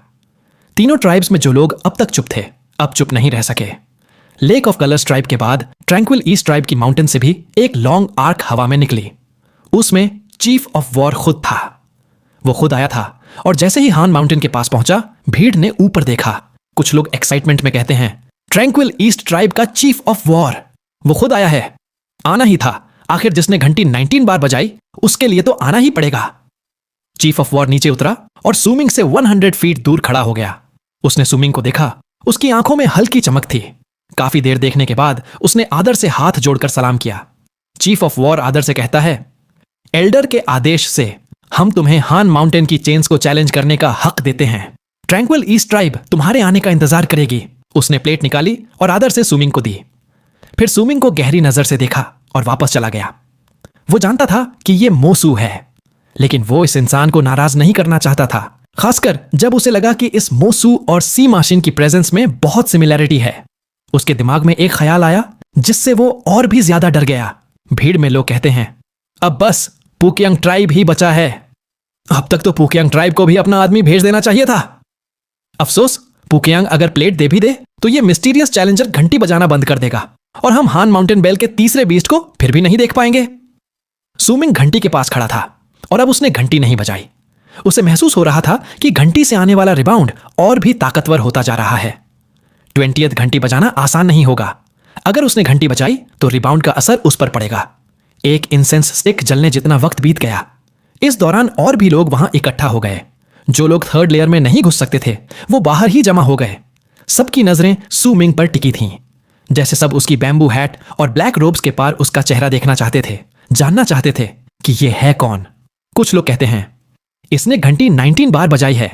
अगर ये हान माउंटेन की चेन्स को चैलेंज करने में सफल हो गया तो इसकी शोहरत दोपहर के सूरज जैसी चमक जाएगी। शायद ये फ्रीजिंग स्काई क्लैन में भी घुस जाए। जरूरत ही क्या है, ये तो पहले ही मशहूर हो चुका है। अजीब बात है, पुकियांग ट्राइब ने अब तक कोई आदमी क्यों नहीं भेजा? भीड़ में चर्चा का शोर था। कई लोग पुकियांग ट्राइब की काली फॉग में छुपी माउंटेन की तरफ देखने लगे। सुमिंग ने हल्की सी भौहें चढ़ाई। उसने इंसेंस स्टिक जितना वक्त इंतजार किया, लेकिन पुकियांग ट्राइब अब भी चुप थी। सुमिंग सोचता है, मेरा पुकियांग ट्राइब से ज्यादा कांटेक्ट नहीं है और मैं इस ट्राइब को ज्यादा समझता भी नहीं, लेकिन मुझे यह ट्राइब बहुत मिस्टीरियस लगती है। सुमिंग ने सिर उठाकर पुकियांग ट्राइब की माउंटेन की तरफ देखा। वहां की फॉग बहुत मोटी थी और उसमें डेथ का ऑरा भरा था। थोड़ी देर और बीत गई और अब भीड़ को भी कुछ गड़बड़ लगने लगी। सब पुकियांग माउंटेन की तरफ देखने लगे। यहां तक कि लेक ऑफ कलर्स ट्राइब और ट्रैंक्विल ईस्ट ट्राइब के लीडर्स ने भी पुकियांग की तरफ देखा। सुमिंग के मन में आता है, ये लोग मौके का फायदा उठाकर अपनी ताकत दिखा रहे हैं। सुमिंग की आंखों में ठंडक सी आ गई जब उसने पुकियांग माउंटेन की तरफ देखा। उसे हल्का सा अंदाजा हो गया था कि पुकियांग ट्राइब का मकसद क्या है। वो चाहते थे कि प्लेट न देकर अपनी मिस्टीरियसनेस और पावर दिखाए। जितना पुकियांग चुप रहेगा उतना ही सबका ध्यान अपनी तरफ खींचेगा। वो प्लेट देने से मना नहीं करेंगे, लेकिन सुमिंग को और इंतजार करवाएंगे ताकि खुद की वैल्यू बढ़ा सकें। यन लुअन शांत होकर कहती है, पुकियांग ट्राइब हद कर रहा है। ट्रैंक्विल ईस्ट ट्राइब के एल्डर ने भी यही बात कही। इसी वक्त पुकियांग ट्राइब की माउंटेन के चारों तरफ की काली फॉग हिलने लगी और कोई उसमें से बाहर आया। वो इंसान ब्लैक रोब पहने था। उसके चेहरे पर जिद थी। वो हान माउंटेन सिटी की तरफ तेजी से आया, फिर हान माउंटेन के ऊपर हवा में खड़ा हो गया और नीचे घंटी के पास खड़े सुमिंग को देखा। पुकियांग ट्राइब का आदमी कहता है, एल्डर अब भी आइसोलेशन में है, थोड़ा और इंतजार करें। जैसे ही उसने ये कहा, भीड़ चुप हो गई और सबकी नजरें सुमिंग पर टिक गईं। सुमिंग चुप रहा। उसका चेहरा बैम्बू हैट और ब्लैक रोब्स के नीचे छुपा था, इसलिए लोग उसका एक्सप्रेशन नहीं देख पाए, लेकिन वो अब भी सुमिंग के आसपास की ठंडी हवा को महसूस कर सकते थे। सुमिंग भारी आवाज में कहता है, आइसोलेशन? अगर ऐसा है तो मुझे एल्डर को जगाना ही पड़ेगा। यह पहली बार था जब सुमिंग ने वहां आने के बाद बोला था। जैसे ही उसके शब्द खत्म हुए, सुमिंग ने तेजी से दायां हाथ उठाया और घंटी पर पंच मारा। डोंग, 20th घंटी। एंशंट बेल कांप गई और सुमिंग के एक पंच से वो पीछे झूल गई और इतनी जोरदार आवाज आई कि अब तक की सारी घंटियों से तेज थी। आवाज चारों तरफ फैल गई और 21st घंटी भी तुरंत गूंजी, जिसकी आवाज ने आसमान जमीन हिला दी। सुमिंग ने हैरानी से सिर उठाया। घंटी से आने वाली रिबाउंड की ताकत उसके बॉडी में टकराई और वो कुछ कदम पीछे हट गया। बैम्बू हैट चकनाचूर हो गई, लेकिन ब्लैक रोब्स ने अब भी उसका चेहरा छुपा रखा था और लोग अब भी उसका चेहरा नहीं देख पाए। सुमिंग सोचता है, ये कैसे हो गया? दोनों घंटियों की आवाजें आपस में मिल गईं और हान माउंटेन सिटी के ऊपर ऐसे गूंजी जैसे कोई दहाड़ हो। उसी वक्त रिपल्स चारों तरफ फैल गईं, बारिश रुक गई, यहां तक कि आसमान में एल्पाइन डार्क टर्टल भी कांप गई और उसकी आंखों में अजीब सी चमक आ गई। उसने जिस डायरेक्शन में दहाड़ मारी वो थी पुकियांग माउंटेन। जैसे ही उसने दहाड़ मारी और दोनों घंटियों की आवाजें मिल गईं, वो आवाज एक साथ मिलकर ऐसी बन गई जैसे वो इस दुनिया की नहीं, कहीं दूर से आई हो। एक गूंजती आवाज आई, 9। वो आवाज घंटी जैसी थी, लेकिन साथ ही डार्क टर्टल की हाउल जैसी भी थी। आवाज भारी थी, लेकिन जैसे ही वो फैली, पुकियांग माउंटेन की काली फॉग में जोरदार धमाका हुआ। पूरी फॉग जो माउंटेन को ढके हुए थी, एक पल में फट गई और पीछे हटती हुई पुकियांग माउंटेन का ज्यादातर हिस्सा दिख गया, जो आमतौर पर फॉग में छुपा रहता था। इस अचानक बदलाव से भीड़ के दिल दहल गए। सब चुप हो गए। किसी को समझ नहीं आया कि क्या हुआ। किसी को नहीं पता था कि इस बार घंटी की आवाज में इतनी ताकत क्यों थी। मिली जुली आवाज में इतनी ताकत थी कि उसने पुकियांग ट्राइब की माउंटेन की आधी सुरक्षा को हटा दिया। पूरा इलाका शांत हो गया। हवा में खड़ा पुकियांग ट्राइब का आदमी हैरान रह गया। उसके चेहरे पर डिसबिलीफ था, यहां तक कि डर भी दिख रहा था। लेक ऑफ कलर्स माउंटेन पर यनलुआन की आंखें चौड़ी हो गईं। पहली बार वो कांपी। उसका एक्सप्रेशन तेजी से बदल गया। उसकी सांसें तेज हो गईं। वो हान माउंटेन सिटी को घूरने लगी। यनलुआन चौंक कर कहती है, उसने हान माउंटेन बेल की ताकत जगा दी। हान फेजी की आंखें भी चमक उठीं। उसने वो ताकत महसूस की तो वो भी कांप गई। बिना देर किए उसके पैरों के नीचे सफेद बादल आ गए और वो लेक ऑफ कलर्स माउंटेन से हान माउंटेन की तरफ भाग गई। वो देखना चाहती थी कि क्या ये वही मोसू है जिसका वो इंतजार कर रही थी। ट्रैंक्विल ईस्ट ट्राइब की माउंटेन पर एल्डर का एक्सप्रेशन पहले शांत था, लेकिन अब उसकी पुतलियां सिकुड़ गईं। वो तेजी से खड़ा हो गया और हान माउंटेन की चोटी की तरफ देखने लगा। उसकी आंखों में तेज चमक। एल्डर सोचता है, मुझे हमेशा लगा कि वो सर सीमा जैसा है। सर सीमा ने भी हान माउंटेन की ताकत जगाई थी और अपनी किस्मत पाई थी। मो सू ने भी वही कर दिखाया। हान माउंटेन बेल, ओ हान माउंटेन बेल, तुम इतने सालों से हान माउंटेन में हो और यहां तक कि हान माउंटेन के एंसेस्टर भी तुम्हारी विरासत और आशीर्वाद नहीं पा सके। इतने सालों में बस सर सीमा ही थे जिन्होंने तुम्हारी विरासत का एक हिस्सा पाया था, और अब ये मोसू। ट्रैंक्विल ईस्ट माउंटेन पर हान चंगजी ने अपने मुट्ठियां कस लीं। उसकी खूबसूरत आंखों में खुशी थी। उसे पता था इस बार उसने सही चुना। पुकियांग ट्राइब की माउंटेन पर भी सब शौक में थे। वहां के लोगों में हलचल मच गई। जैसे ही सुरक्षा वाली मिस्ट हटी, पुकियांग ट्राइब के एल्डर भी शांत नहीं रह पाए। पर्पल रोब्स वाला स्केलेटल बूढ़ा आदमी जिसकी आंखें डल थीं, उनमें भी हैरानी आ गई। एल्डर आदेश देता है, उसे प्लेट दे दो। सुमिंग का दिल जोर जोर से धड़कने लगा। उसने हल्के हल्के हिलती हान माउंटेन बेल को देखा और गहरी सांस ली। जैसे ही उसने घंटी पर पंच मारा, उसने साफ महसूस किया कि उसके बॉडी की कुछ ची घंटी में खिंच गई। उसने बस एक बार घंटी बजाई थी, लेकिन 2 बार आवाज आई।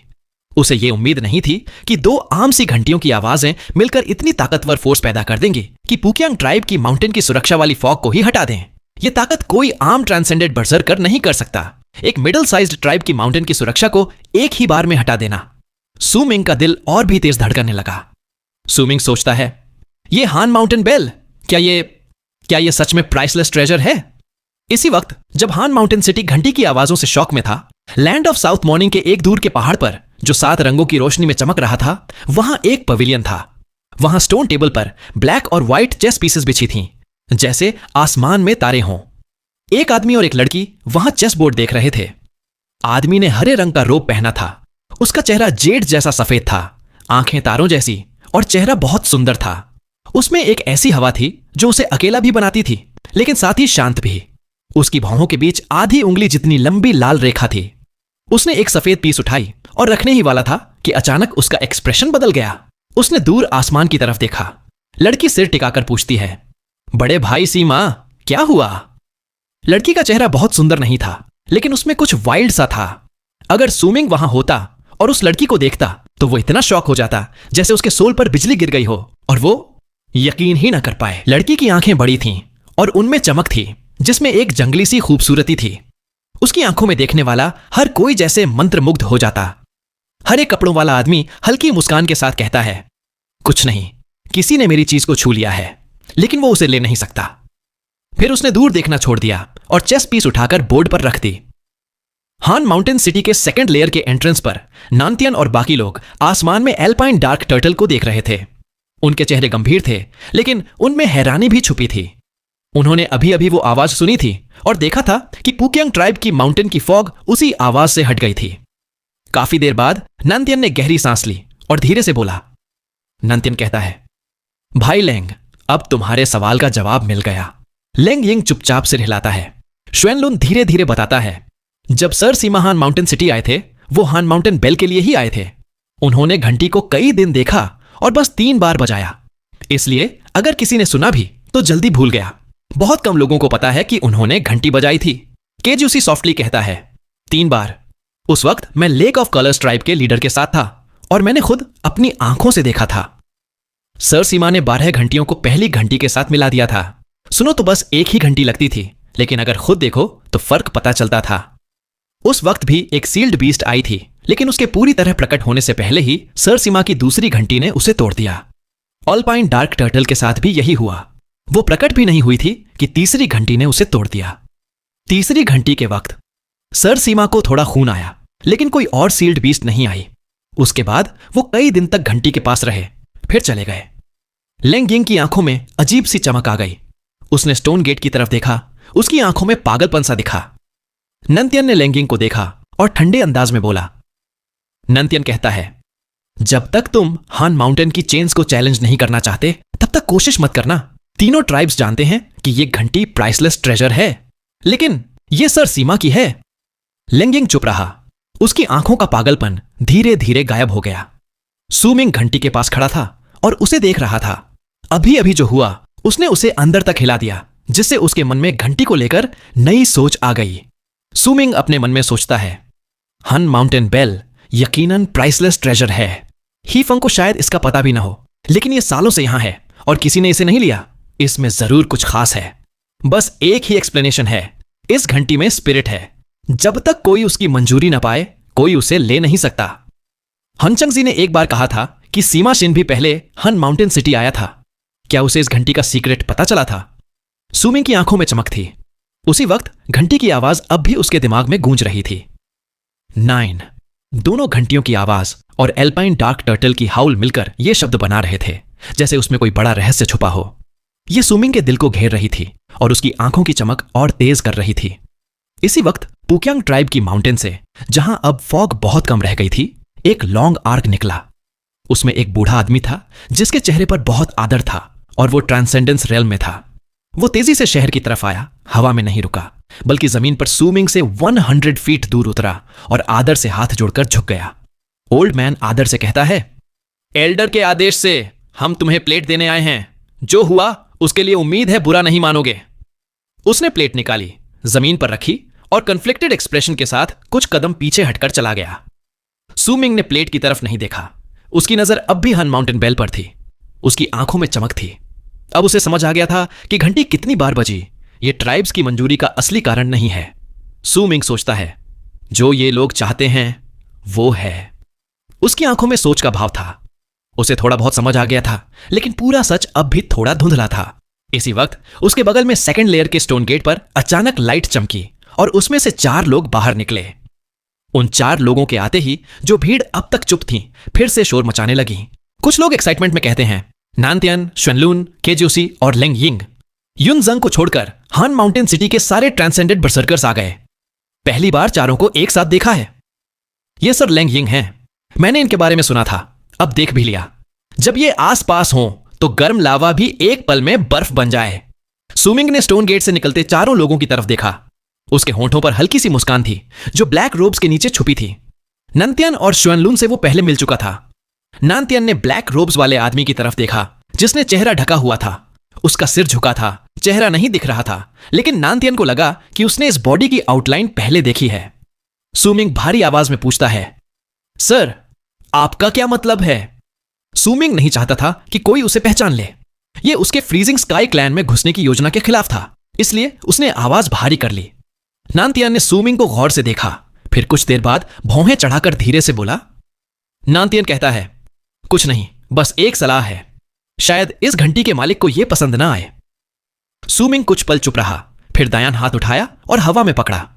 पुकियांग ट्राइब की प्लेट जमीन से उड़कर उसके हाथ में आ गई। अब उसके पास तीनों ट्राइब्स की प्लेट्स थीं। उसे हान माउंटेन की चोटी पर जाने का हक मिल गया था। अब वो वहां जाकर तीनों चेन्स में से किसी एक को चैलेंज कर सकता था। नानतियन हल्की सी मुस्कान के साथ थोड़ा पीछे हटा। केजूसी और बाकी लोग भी पीछे हट गए और स्टोन गेट तक रास्ता खोल दिया। सूमिंग ने स्टोन गेट की तरफ देखा। उसे पता था कि यह गेट सेकंड लेयर में जाता है। अब आगे कोई रोक नहीं थी, वो सीधा समिट तक जा सकता था। लेकिन उसकी आंखों में चमक आई और उसने हान माउंटेन बेल की तरफ देखा। सूमिंग सॉफ्टली बुदबुदाता है, इसका मतलब यह नहीं कि मैं इसे छीन नहीं सकता, भले ही इसका कोई मालिक हो। फिर वो उछला, दायां पैर उठाया और घूमकर घंटी पर जोरदार किक मारी। सूमिंग की इस हरकत पर नानतियन का ध्यान उस पर गया। केज्यूसी और लेंग यिंग की आंखों में भी चमक आ गई। बस श्वेनलून उसे घूरता रहा, जैसे उसे कुछ याद आ गया हो। भीड़ में लोग गिनते हैं। घंटी फिर से बजी। 22, 23, 24। ये इंसान जरूर ट्रांसेंडेड है, लेकिन अजीब है, इस बार घंटी की आवाज में वो शौक नहीं है जो अभी था। 25, 26, 27। ये कितनी बार घंटी बजाएगा? रीबाउंड बहुत स्ट्रांग है। भीड़ में शोर मच गया। ज्यादातर लोग तुरंत पीछे हट गए। सूमिंग और घंटी के सेंटर से चारों तरफ लेयर्स पर लेयर्स इनविजिबल रिपल्स फैल गईं, जिससे हान माउंटेन की जमीन हिलने लगी। यहां तक कि शहर के चारों तरफ की माउंटेन्स में बैठे तीनों ट्राइब्स के लीडर्स की भी नजरें उसी जगह पर टिक गईं। सू मिंग हवा में रुक गया। जैसे ही वो जमीन पर उतरने वाला था, उसने अचानक सिर उठाया, जैसे उसे कोई हल्की सी फीलिंग मिल गई हो। उसने दायां हाथ उठाया और घंटी पर पंच मारा। जैसे ही उसकी मुट्ठी घंटी से टकराई, एक जबरदस्त रिबाउंड उसके बॉडी पर पड़ा। उसके मुंह से खून की धार बह निकली। वो जमीन पर गिरा और 7-8 कदम पीछे हटकर खड़ा हुआ, फिर मुंह से खून थूक दिया। डोंग! 28 घंटी की आवाज अब तक की सबसे तेज थी, यहां तक कि वो फ्यूज्ड साउंड भी फीकी पड़ गई, जिसने पुकियांग माउंटेन की फॉग को हटा दिया था। ये एक ऐसी आवाज बन गई जिसने पूरे संसार को हिला दिया। जिसने भी सुना, उसका दिल कांप उठा। चाहे किसी की भी कल्टीवेशन हो, वो आवाज दिमाग में गूंज गई और सबका दिमाग सुन्न हो गया। उस आवाज से आसमान में एल्पिन डार्क टर्टल ने आसमान की तरफ दहाड़ मारी। जैसे ही उसने दहाड़ मारी, उसका बॉडी टूट गया। सिर्फ उसका बॉडी ही नहीं, उसकी पीठ की माउंटेन भी बिखर गई। टूटने की आवाजों ने घंटी की आवाज के साथ मिलकर इतना बड़ा क्रैश बना दिया कि सुनने वालों को समझ ही नहीं आया कि घंटी की आवाज असली है या कई घंटियों की आवाजें मिलकर एक बन गई हैं। उसी पल सारी आवाजें मिल गईं, आसमान जमीन बदल गई। वो भारी आवाज जो जैसे दूर अतीत से आ रही थी, फिर से गूंजी। एक गूंजती आवाज आई, 9 हेडेड ड्रैगन। ये उस वक्त दुनिया की अकेली आवाज थी। ये गूंजती रही, फैलती रही। जिसने भी सुना, वो जैसे होश खो बैठा, जैसे उनकी चेतना उस आवाज में समा गई हो। यान लुआन, ट्रैंक्विल ईस्ट के एल्डर, सब उसी ट्रांस में चले गए, बिना किसी एक्सेप्शन के। सू मिंग ने सबसे गहरा असर महसूस किया। उसके सिर में जोरदार बूम हुआ और दिमाग एकदम खाली हो गया। उसके दिमाग में एक विशाल घंटी चमकने लगी, हान माउंटेन बेल। वो बूमिंग साउंड घंटी की आवाजों में बदल गई, जो सू मिंग के दिमाग में गूंजती रही, जब तक कि उसे पता ही नहीं चला कितना वक्त बीत गया। फिर धीरे धीरे उसकी चेतना लौटी। जैसे ही वो होश में आया, उसके कानों में अब भी घंटी की लिंगरिंग आवाज थी।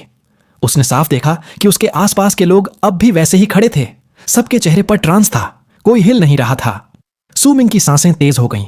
फिर जैसे उसे कुछ महसूस हुआ, उसने अचानक सिर उठाया और आसमान में एक डरावने बीस्ट की इल्यूजन देखी, जिसे बस वही साफ देख सकता था। वो एक विशाल बीस्ट थी। उसके फीचर्स अब भी हल्के हल्के छुपे थे, लेकिन सू मिंग समझ गया कि उसके 9 सिर थे। हर सिर अलग था, कुछ ड्रैगन जैसे, कुछ स्नेक जैसे, कुछ इंसान जैसे। सब बहुत अजीब थे। लेकिन सू मिंग की सांसें तब तेज हो गईं जब उसने देखा 9 सिरों में से 6 की आंखें बंद थीं और सिर्फ 3 की आंखें खुली थीं। तीनों में से एक सिर उसे प्यार से देख रहा था। सू मिंग ने उसकी आंखों में खुद को देखा। बाकी 2 सिर उसे घमंडी और ठंडी नजर से देख रहे थे, और सू मिंग ने उनकी आंखों में एक बहुत सुंदर हरे कपड़ों वाले इंसान को देखा। उसी वक्त हान माउंटेन सिटी से बहुत दूर 7 रंगों वाली माउंटेन के नीचे हरे कपड़ों वाला आदमी अपने हाथ की सफेद पीस नीचे रखता है। लड़की खुश होकर हंसती है। बड़े भाई सीमा, इस बार आप हार गए। लड़की की हंसी चांदी की घंटियों जैसी थी, बहुत प्यारी थी। उसने जल्दी से अपनी ब्लैक पीस भी रख दी। उसका छोटा सा चेहरा खुशी से चमक रहा था। हरे कपड़ों वाला आदमी हल्की मुस्कान के साथ कहता है, हार गया। उसकी मुस्कान बहुत नरम थी, लेकिन उसकी आंखों की ठंडक लड़की नहीं देख सकती थी, और उसके दिल की आवाज भी लड़की नहीं सुन सकती थी। हरे कपड़ों वाला आदमी मन में सोचता है, शायद ऐसा नहीं है। सू मिंग ने आसमान में दिख रही विशाल इल्यूजनरी 9 सिरों वाले बीस्ट को देखा और 2 सिरों की आंखों में हरे कपड़ों वाले इंसान को देखा। उन दोनों सिरों की ठंडी और घमंडी नजरें पहली बार सू मिंग की नजरों से मिलीं, भले ही उनके बीच बहुत दूरी थी। हरे कपड़ों वाले इंसान के होंठों पर हल्की सी मुस्कान थी, जिसमें थोड़ा सा तिरस्कार भी था। वो धीरे धीरे आसमान में 9 सिरों वाले बीस्ट के साथ गायब हो गया। जैसे ही वो गायब हुआ, काले बादल लौट आए और बारिश फिर से गिरने लगी। सू मिंग के मन में गूंजता है, शायद ऐसा न हो, है ना? सू मिंग का एक्सप्रेशन शांत था। उसे अचानक समझ आ गया कि हरे कपड़ों वाले इंसान की नजर का मतलब क्या था। उसे नहीं पता था वो इंसान कौन है, लेकिन सू मिंग जानता था कि हान माउंटेन बेल का अब भी कोई मालिक नहीं है। उस इंसान ने भी घंटी को पूरी तरह हासिल नहीं किया था। उसने बस 9 सिरों में से 2 सिरों को ही पाया था। जैसे ही आसमान में इल्यूजनरी बीस्ट पूरी तरह गायब हो गई, जमीन पर खड़े लोग ट्रांस से बाहर आ गए और अपनी आंखें खोल लीं, चाहे वो कितने भी ताकतवर या कमजोर हों। यान लुआन, एल्डर और बाकी तीनों ट्राइब्स के लोग भी उसी पल होश में आ गए। बहुत कम लोगों को पता था कि अभी क्या हुआ था। आसमान फिर से काले बादलों से भर गया, जैसे कुछ हुआ ही नहीं। भीड़ थोड़ी देर के लिए चुप रही, फिर अचानक शोर मच गया। कुछ लोग हैरानी से कहते हैं, अभी क्या हुआ? मुझे लगा मेरा दिमाग खाली हो गया, बस घंटी की आवाज गूंज रही थी। यह सही नहीं है, जरूर कुछ हुआ था, वरना हम सबका एक साथ ऐसा रिएक्शन आना नामुमकिन है। बातचीत का शोर बढ़ गया। सबकी नजरें घंटी के नीचे खड़े सू मिंग पर टिक गईं। उन्होंने बस उसकी पीठ देखी। सू मिंग ने सिर झुका रखा था, ब्लैक रोब्स ने उसका सिर ढक रखा था, इसलिए उसका चेहरा या एक्सप्रेशन साफ नहीं दिख रहा था। देखने वाले बस उसकी पीठ से एक अनकही सी प्रेजेंस महसूस कर सकते थे जब वो स्टोन गेट की तरफ बढ़ रहा था। स्टोन गेट के पास नानतियन और बाकी लोग शॉक में खड़े थे। उन्होंने सूमिंग को अपनी तरफ आते देखा। भले ही वो सब पावरफुल ट्रांसेंडेंट बर्सर्कर्स थे, लेकिन उन कुछ सांसों के लिए उनका दिमाग भी खाली हो गया था। उन्हें नहीं पता था क्या हुआ, लेकिन केजूसी ने जैसे ही सूमिंग पास आता देखा, वो इंस्टिंक्टिवली कुछ कदम पीछे हट गया। उसके चेहरे पर आदर आ गया। बाकी लोगों को शायद न पता हो, लेकिन केजूसी ने पहले सीमा शिन को घंटी बजाते देखा था। तब भले ही सिर्फ 3 बार घंटी बजी थी, लेकिन सबका दिमाग उसी तरह खाली हो गया था। उसे वो साल याद था जब वो होश में आया तो सर सीमा की पीठ देखी थी, जो घंटी को चुपचाप देख रहे थे। वही याद अब इस रहस्यमयी इंसान के साथ जुड़ गई थी। नानतियन की सांसें तेज हो गईं। उसे केजूसी जितना पता नहीं था, लेकिन उसे पता था कि घंटी सीमा शिन की है। लेकिन जब उसके दिमाग में वो अजीब खाली पल आया, तो वो भी सूमिंग की तरफ रिस्पेक्ट महसूस करने लगा। नानतियन के मन में आता है, ये सर सीमा से घंटी के लिए लड़ रहा है, ये इंसान। नानतियन ने सिर झुका लिया। जेनलुन चुप था। उसके चेहरे पर कॉन्फ्लिक्ट था। उसने सूमिंग को पहचान लिया था। अब सूमिंग उसकी नजरों में और भी मिस्टीरियस हो गया था। यह रहस्य इतना गहरा था कि स्वेनलोन इंस्टिंक्टिवली पीछे हट गया। स्वेनलोन सोचता है, मोसू की ताकत मुझसे कम है, लेकिन फिर भी वो मुझे डराता है। उसने सरसीमा से इस खजाने के लिए टक्कर ली और मोसू को जैसे कुछ मिल भी गया। आखिर इसमें और क्या सीक्रेट छुपा है? क्या वो सच में बस फ्रीजिंग स्काई क्लैन में घुसने के लिए हैंड माउंटेन की चेन्स को चैलेंज कर रहा है? शुक्र है वो वही बर्सर्कर नहीं है जिसने कुछ महीने पहले ब्लड सोलिडिफिकेशन रेल में कंप्लीशन पाई थी। श्वेनलुन थोड़ी देर हिचका। अब वो खुद अपनी सोच को लेकर थोड़ा अनिश्चित हो गया। सूमिंग सबकी नजरों के नीचे से शांत भाव से चलता रहा। उसने स्टोन गेट पर एक पल भी नहीं रुका, बस एक कदम में पार कर गया। स्टोन गेट में अचानक तेज रोशनी चमकी। उसी वक्त सूमिंग के पास जो 3 प्लेट्स थीं, उनमें भी तेज रोशनी निकली। एक पल में वो स्टोन गेट में गायब हो गया। जैसे ही सूमिंग स्टोन गेट में घुसा, लेक ऑफ कलर्स माउंटेन पर यनलुअन के पीछे एक बूढ़ी औरत आ गई। वो खांसती हुई चल रही थी। उसका चेहरा झुर्रियों से भरा था। खांसते खांसते उसके चेहरे पर हल्की सी बीमार सी लालिमा आ गई। 2 लड़कियां बूढ़ी औरत को दोनों तरफ से सहारा दे रही थीं। उनके चेहरे पर चिंता थी। यनलुअन ने मुड़कर बूढ़ी औरत की तरफ देखा। वो तुरंत आगे बढ़ी और खुद उसकी बाह थाम ली। लड़कियों में से एक कहती है, ट्राइब लीडर एल्डर ने खुद आने की जिद की। हम। यनलुअन सिर हिलाकर कहती है, ठीक है, तुम दोनों जा सकती हो। यनलुअन ने बूढ़ी औरत को माउंटेन के किनारे ले गई, जहां से हान माउंटेन सिटी साफ दिखता था। एल्डर कमजोर आवाज में पूछती है, लुआन एयर, अभी किसी ने हान माउंटेन बेल की विरासत का हिस्सा पाया है ना? बूढ़ी औरत की आंखों में हल्की सी डल लाइट थी। आवाज में कमजोरी थी। अगर यनलुअन का सहारा ना होता तो वो गिर जाती। यनलुअन थोड़ी देर चुप रहकर सॉफ्टली कहती है, हां। एल्डर बताती है, यह घंटी बहुत सालों से हान माउंटेन में है। हान माउंटेन ट्राइब का नाम भी इसी घंटी पर पड़ा। हान माउंटेन के एंसेस्टर ने ही इसका नाम हान माउंटेन बेल रखा था। लेकिन सच तो यह है कि किसी को नहीं पता यह कहां से आई, इसका असली नाम क्या है। बेहतर है कि इसे कोई ले जाए। अगर यह यहां रही तो एक दिन यह कोई बड़ी मुसीबत ले आएगी। फर्क नहीं पड़ता कि वो सीमाशिन हो या अभी वाला इंसान, जो भी ले जा सकता है ले जाए, दखल मत देना। यनलुअन कहती है, लेकिन फे एयर को अभी भी फ्रीजिंग स्काई में घुसना है। यनलुअन अपनी बात पूरी भी नहीं कर पाई थी कि बूढ़ी औरत ने उसकी तरफ देखा। कुछ नहीं बोली, बस देखा। काफी देर बाद यनलुअन ने सिर झुका लिया। यनलुअन सॉफ्टली कहती है, एल्डर, मैं याद रखूंगी। एल्डर समझाती है, Luann air lake of colours tribe बस एक छोटी सी मिडिल साइज ट्राइब है। सीमाशिन कोई ऐसा नहीं है जिससे हम टकरा सकें, लेकिन जो इंसान सीमाशिन से घंटी के लिए टकरा गया, क्या उससे टकरा सकते हैं? यनलुअन चिंता में कहती है, एल्डर, मुझे फ्रीजिंग स्काई क्लैन की चिंता है। सीमाशिन वहां का सबसे इंपॉर्टेंट डिसाइपल है। फे एयर को भी फ्रीजिंग स्काई क्लैन में जाना है। अगर मैं अभी कुछ नहीं करूं तो। एल्डर धीरे से कहती है, तुम अभी बहुत छोटी हो। बूढ़ी औरत ने कांपता हुआ हाथ यनलुअन के कंधे पर रखा। उसकी आंखों में वक्त की समझ दिख रही थी। एल्डर सॉफ्टली कहती है, तुम कह सकती हो कि सीमाशिन फ्रीजिंग स्काई क्लैन का डिसाइपल है, लेकिन क्या तुम कह सकती हो कि सीमाशिन ही फ्रीजिंग स्काई क्लैन का एकमात्र डिसाइपल है? फिर उसने हान माउंटेन की तरफ गहरी नजर से देखा। यन लुआन हैरान होकर सॉफ्टली कहती है, ये। बूढ़ी औरत ने हल्की सी सांस ली, यन लुआन की तरफ नहीं देखा, बस धीरे से बोली, सोच बदलो। तुम कह सकती हो कि lake of colours tribe land of south morning की एक ट्राइब है, लेकिन क्या तुम कह सकती हो कि वही एकमात्र ट्राइब है? अब समझ में आया? यन लुआन थोड़ी देर चुप रही, फिर सिर हिलाया। एल्डर समझाती है, मैंने फ्रीजिंग स्काई क्लैन के लिए बहुत कुछ छोड़ दिया है। 4 डायमेंशनल लेयर रीलोकेशन आर्ट हमारी ट्राइब को 1000 साल तक बचा सकता है। इस इंसान को नाराज मत करो। अगर वो हान माउंटेन की चेन्स को चैलेंज करना चाहता है तो हम उसका साथ देंगे। बूढ़ी औरत के चेहरे पर थकावट आ गई। उसी समय ट्रैंक्विल ईस्ट के एल्डर की आंखों में भी चमक थी। उसके एक्सप्रेशन बार बार बदल रहे थे, जैसे वो खुद भी अनिश्चित था। कभी कभी वो लेक ऑफ कलर्स माउंटेन की तरफ भी देखता। जब उसने देखा कि वहां सब शांत है तो उसकी आंखों में भी पक्का इरादा आ गया। Elder of tranquil east softly कहता है, हन माउंटेन की तीनों ट्राइब्स में मैं लेक ऑफ कलर्स की एल्डर को सबसे ज्यादा मानता हूं। यह बूढ़ी औरत भले ही बहुत चालाक ना हो, लेकिन बड़ी घटनाओं में उसकी समझ बहुत काम आती है। अगर वो कुछ नहीं करेगी तो हम भी नहीं करेंगे। हन माउंटेन बेल जिसको मिले उसी की होगी। यह घंटी कभी हमारी थी ही नहीं। जब तक हम ये समझ लें, हमें कोई चिंता नहीं। ट्रैंक्विल ईस्ट ट्राइब के tribe leader, chief of war और बाकी लोग भी सुन रहे थे। पुकियांग ट्राइब भी चुप था। तीनों ट्राइब्स ने एक जैसी सोच अपनाई थी, इग्नोर करना।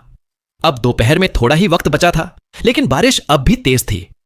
पहाड़ों से पानी बह रहा था। पत्थरों पर गिरकर जमीन बहुत फिसलन भरी हो गई थी। यह सूमिंग का पहली बार हान माउंटेन सिटी के सेकंड लेयर में आना था। उसके पीछे स्टोन गेट था जो थर्ड लेयर को रोकता था। उसके सामने हान माउंटेन सिटी का फर्स्ट लेयर था जो सबसे ऊपर था। वही हान माउंटेन की चोटी थी। वहां से ऊपर कुछ नहीं था, बस 3 चेन्स थीं जो वहां से तीनों ट्राइब्स की माउंटेन्स तक जाती थीं। सूमिंग सॉफ्टली बुदबुदाता है, हन माउंटेन की चेन्स। सूमिंग की आंखों में तेज चमक आ गई। उसने अपने कदम उठाए और शांत सेकंड लेयर में धीरे धीरे चलने लगा। वो घुमावदार माउंटेन पाथ से होता हुआ आधी इंसेंस स्टिक जलने जितने वक्त में हान माउंटेन सिटी की सबसे ऊंची जगह पर पहुंच गया। वहां माउंटेन ब्रीज बहुत तेज थी। हवा उसके चेहरे पर सीटी बजाती हुई आ रही थी, जिससे सूमिंग के रोब्स हवा में लहरा रहे थे, लेकिन हवा उसके चेहरे को ढकने वाले कपड़ों को नहीं उड़ा पाई। तीनों चेन समिट से जुड़ी थीं, हवा में झूल रही थीं। नीचे hundreds upon thousands of feet गहरे कैनियंस थे। हवा बहुत ठंडी थी, उसमें बारिश की बूंदें भी थीं। सूमिंग वहीं चोटी पर खड़ा हो गया और गहरी सांस ली। उसे नहीं पता था कि अगर कोई ताकतवर ट्रांसेंडेड बर्जर्कर चैलेंज में गिर जाए तो मर जाएगा या नहीं। लेकिन अगर हान माउंटेन की चेन्स इतने सालों से हैं तो चैलेंज करना आसान नहीं होगा। भले ही ट्रांसेंडेड बर्जर्कर्स आसमान में चल सकते हों, फिर भी बचने की उम्मीद बहुत कम होगी। सूमिंग समिट पर खड़ा होकर दूर देखने लगा। जहां तक नजर जाती थी वहां काले बादल थे। आसमान और जमीन ऐसे मिले हुए थे जैसे उनमें कोई फर्क ही ना हो। बारिश का पर्दा सब कुछ धुंधला कर रहा था। कभी कभी आसमान में थंडर गूंजता था। बिजली की चमक भी दिखती थी। कभी कभी बादलों के बीच से बिजली की एक झलक दिख जाती थी। अगर कोई बहुत देर तक आसमान देखे तो उसकी आंखें भी चमकने लगें। भीड़ में लोग कहते हैं, अब ये हान माउंटेन की चेन्स को चैलेंज करने जा रहा है। कौन सी ट्राइब की चेन चुनेगा? मुझे लगता है लेक ऑफ कलर्स वाली। कोई भी चुने, मैं तो बस ये जानना चाहता हूं कि क्या यह सफल होगा। चेन में 9 सेक्शंस हैं, ये कितने पार कर पाएगा? अगर 7th सेक्शन तक पहुंच गया तो भी बहुत बड़ी बात है। पहले तो 8वें सेक्शन तक पहुंचने वाले को फ्रीजिंग स्काई क्लैन डिसाइपल बना लेता था। हर इंसान के लिए क्राइटेरियन अलग है, लेकिन 9वें तक पहुंचने वाले तो बहुत ही कम हैं। 9वां सेक्शन कुछ भी नहीं। मुझे पता है जो 9 सेक्शंस अभी खुले हैं वो असली हान माउंटेन चेन्स का बस पहला हिस्सा हैं। असली चेन्स 8 माउंटेन से जुड़ी हैं। अब तक पूरी चेन बस 2 बार ही हजारों सालों में दिखी है। बारिश भले ही तेज थी, लेकिन लोगों का ध्यान अब भी वहीं था। सूमिंग माउंटेन की चोटी पर खड़ा था। उसके सामने वाली chain lake of colours tribe से जुड़ती थी। दाईं तरफ की चेन दूर ट्रैंक्विल ईस्ट ट्राइब की माउंटेन से जुड़ती थी। बाईं तरफ की चेन पुकियांग माउंटेन से जुड़ती थी, जो बारिश में भीग रही थी। 3 चेन्स, 3 अलग अलग माउंटेन्स। सूमिंग चोटी पर खड़ा था और उसे याद आ गया जब वो कुछ साल पहले पहली बार हान माउंटेन सिटी आया था। तब वो 3rd लेयर में खड़ा था और सिर उठाकर ही फंको माउंटेन की चोटी पर देख रहा था। वो सीन उसके दिमाग में बहुत वक्त तक रहा। सूमिंग सॉफ्टली बुदबुदाता है, कई साल बीत गए, वक्त कितनी जल्दी निकल जाता है। उसने गहरी सांस ली और पुकियांग माउंटेन से जुड़ती चेन की तरफ देखा। उसकी आंखों में चमक आ गई और उसने बाईं तरफ की चेन की ओर एक कदम बढ़ा दिया। भीड़ में लोग चौंक कर कहते हैं, ये पुकियांग ट्राइब है। इसने लेक ऑफ कलर्स या ट्रैंक्विल ईस्ट नहीं चुनी, बल्कि पुकियांग को चुना। पुकियांग ट्राइब हमेशा से मिस्टीरियस रही है और बहुत कम लोग इस माउंटेन की चेन को चैलेंज करते हैं। इसने वही माउंटेन क्यों चुनी? लेक ऑफ कलर्स और ट्रैंक्विल ईस्ट ने तो अभी विलिंगनेस दिखाई थी, बस पुकियांग ही इंडिफरेंट रहा और पहले तो कॉन्फ्लिक्ट भी हुआ था। जैसे ही सुमिंग आगे बढ़ा, पूरा हान माउंटेन सिटी शोर में डूब गया। लगभग हर कोई इसी के बारे में बात कर रहा था। किसी को उसकी चाल समझ नहीं आई। असल में हान माउंटेन की चेन से जुड़ी सारी माउंटेन्स एक जैसी थीं। फ्रीजिंग स्काई क्लैन ने कभी यह नहीं कहा कि डिसाइपल्स चुनते वक्त कौन सी माउंटेन चुननी है। अगर कोई और होता तो वो कभी पुकियांग ट्राइब नहीं चुनता, खासकर जब ट्रैंक्विल ईस्ट ट्राइब ने चीफ ऑफ वॉर भेजा था और लेक ऑफ कलर्स ट्राइब ने सबसे पहले प्लेट भेजी थी। दोनों में अभी अभी कॉन्फ्लिक्ट भी हुआ था, खासकर जब बेल चाइम ने उनकी माउंटेन की फॉग तोड़ दी थी। भीड़ ही नहीं, नानतियन और बाकी 3 ट्रांसेंडेड बर्जर्कर्स भी सू मिंग की चॉइस देखकर हैरान थे।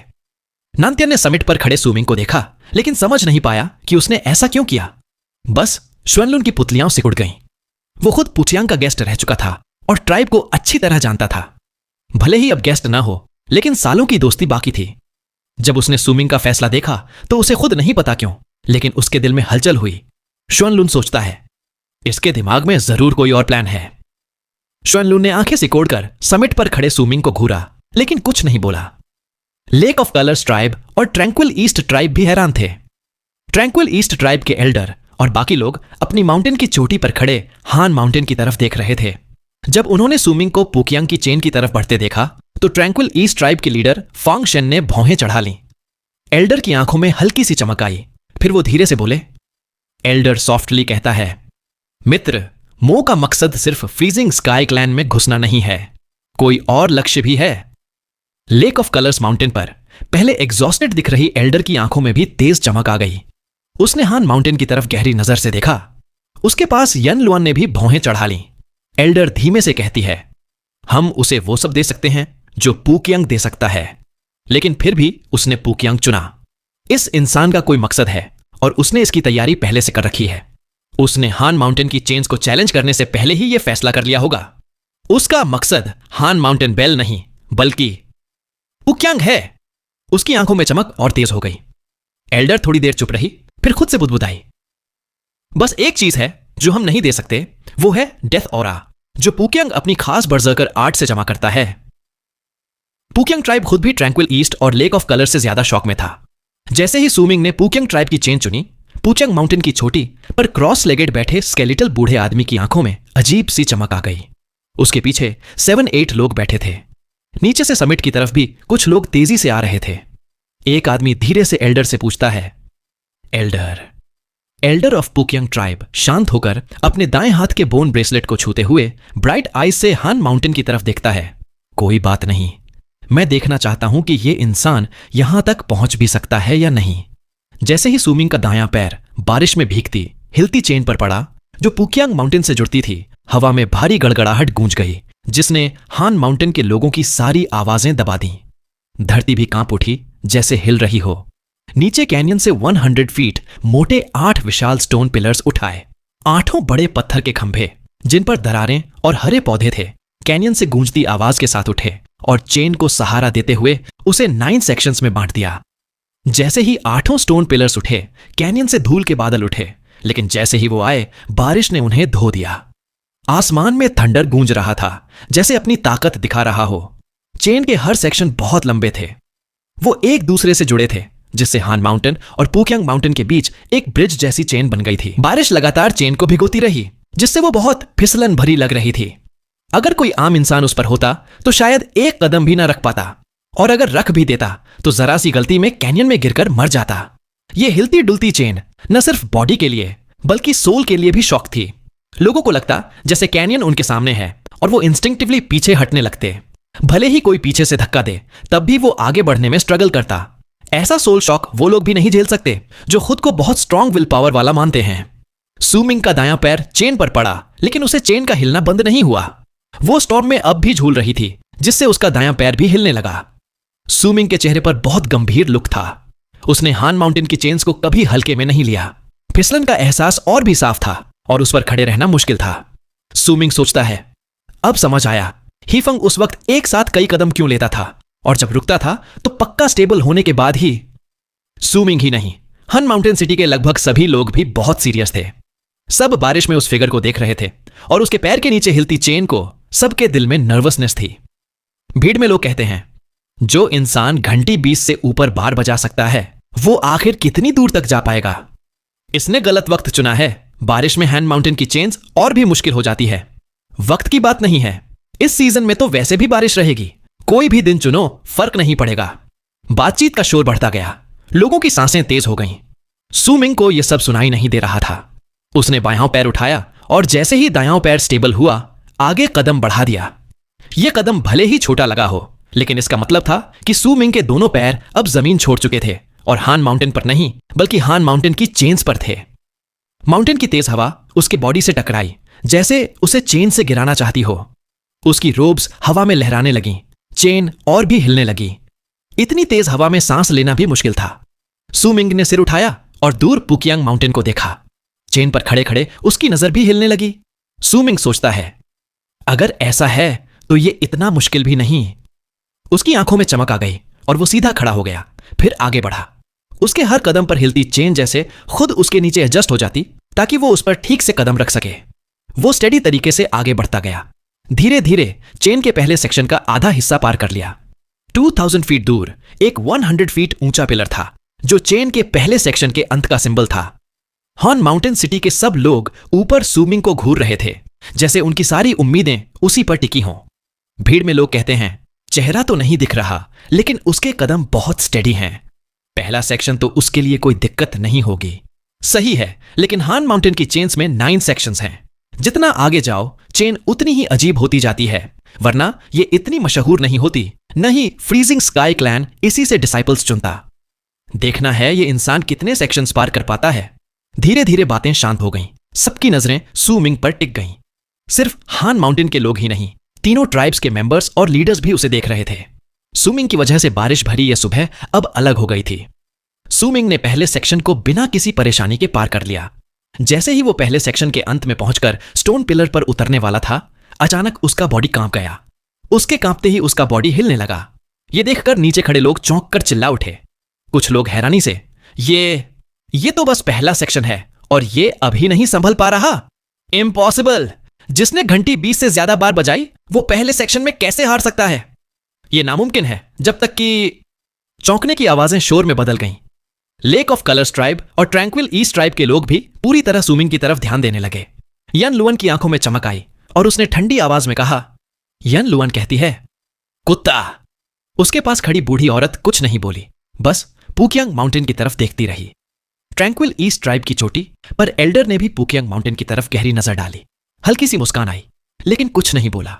उसके पीछे फंक्शन की आंखों में भी तेज चमक आ गई। फंक्शन गुस्से में कहता है, पुकियांग कब से इतना छोटा दिल वाला हो गया? पुकियांग माउंटेन पर दर्जनों लोग बैठे थे। एल्डर सबसे ऊपर बैठा था और सब चुप थे। एल्डर ऑफ पुकियांग ट्राइब शांत होकर कहता है, मुझे वजह चाहिए। सू मिंग ने तेजी से सिर उठाया। जैसे ही उसका पैर पिलर पर पड़ा, चेन से एक जबरदस्त वेव निकली और उसके बॉडी में दाएं पैर से घुस गई। उस पावर में डेथ ऑरा भरी थी, जैसे उसकी छी को जमाना चाहती हो। लेकिन सू मिंग के पास ऑलरेडी 979 ब्लड वेन्स थीं।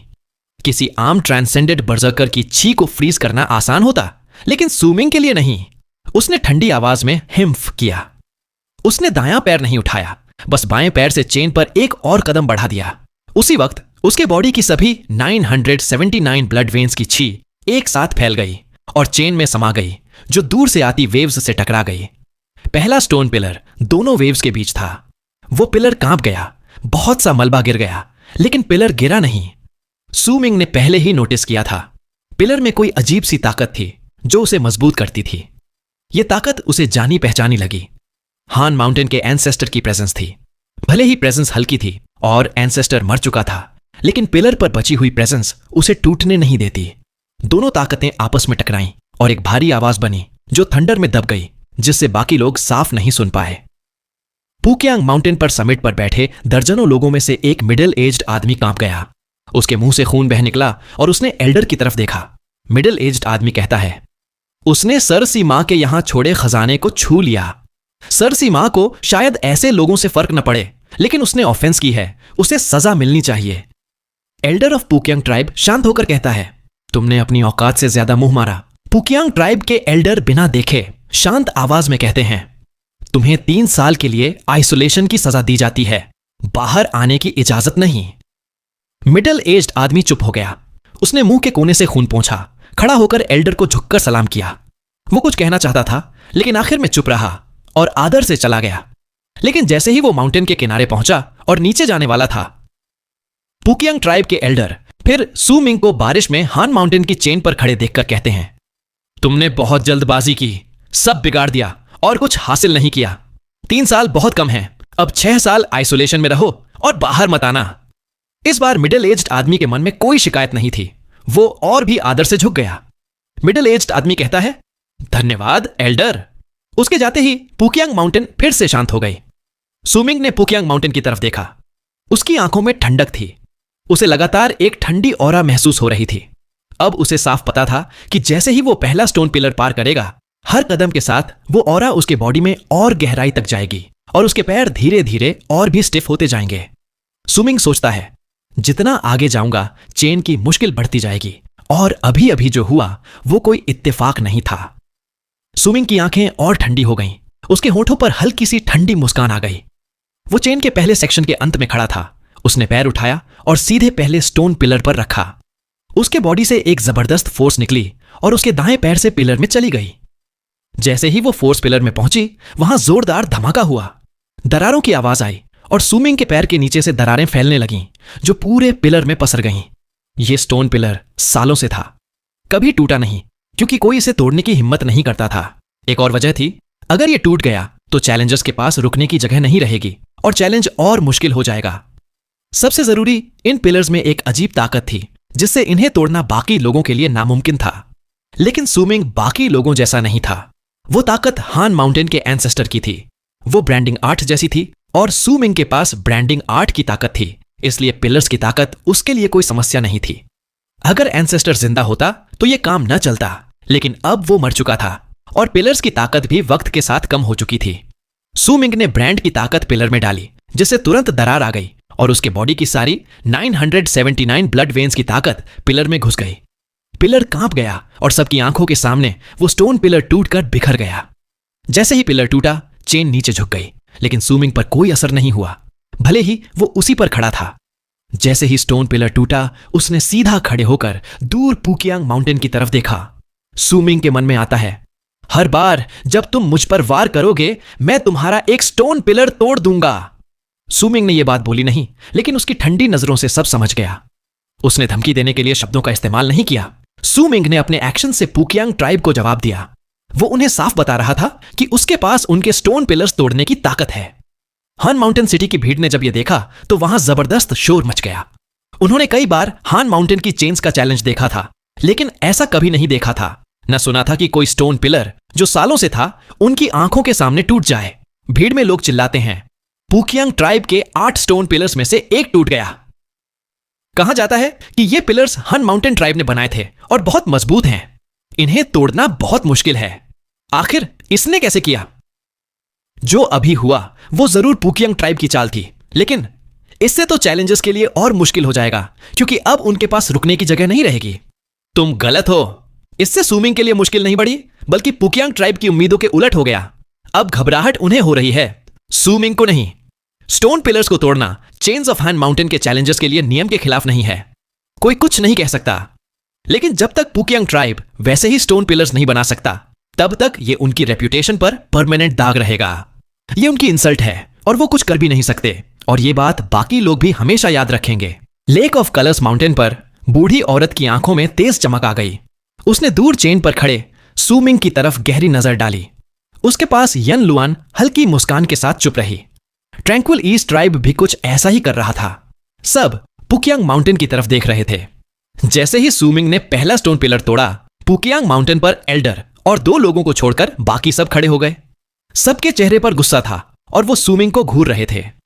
कुछ लोग एल्डर से चिल्लाकर कहते हैं, उसने हान माउंटेन का स्टोन पिलर तोड़ दिया। एल्डर एल्डर ऐसे बदतमीज इंसान को सजा मिलनी चाहिए। एल्डर ट्राइब लीडर, हमारे ट्राइब की इज्जत चली गई क्योंकि उसने हमारा स्टोन पिलर तोड़ दिया। हम ये बर्दाश्त नहीं कर सकते। एल्डर ऑफ पुकियांग ट्राइब ने भौहें चढ़ाकर शांत आवाज में कहा, बस करो, ये तो बस एक स्टोन पिलर है। टूट गया तो टूट गया। अगर वो यहां तक आ गया तो बात करेंगे। एल्डर का एक्सप्रेशन शांत रहा, आवाज भी काम थी, लेकिन उसकी आंखों में ठंडक थी। एल्डर के पास एक मोटा सा मिडिल एज्ड आदमी बैठा था जो एक पहाड़ जैसा लग रहा था। उसने मुस्कुराकर आंखें सिकोड़ते हुए कहा। मोटे आदमी ने कहा, पिलर टूटना बुरी बात नहीं है। बाकी दो ट्राइब से कंपेयर करें तो पुकियांग की चेन अब और मुश्किल हो जाएगी और ये हमें दूसरों से अलग भी बना देगी। सुमिंग को तीनों ट्राइब्स के शौक या शहर की भीड़ का अपरोर सुनाई नहीं दे रहा था। वो चेन पर खड़ा था जहां पहला स्टोन पिलर अब नहीं था और शांत भाव से खड़ा रहा, जल्दी नहीं की। उसने अपनी ब्रीदिंग रिकवर करने का वक्त लिया। एक इंसेंस स्टिक जलने जितना वक्त बीता, आसमान में थंडर गूंजने लगी। बारिश और तेज हो गई। अब ऐसा लग रहा था जैसे आसमान से बाल्टी भर पानी गिर रहा हो।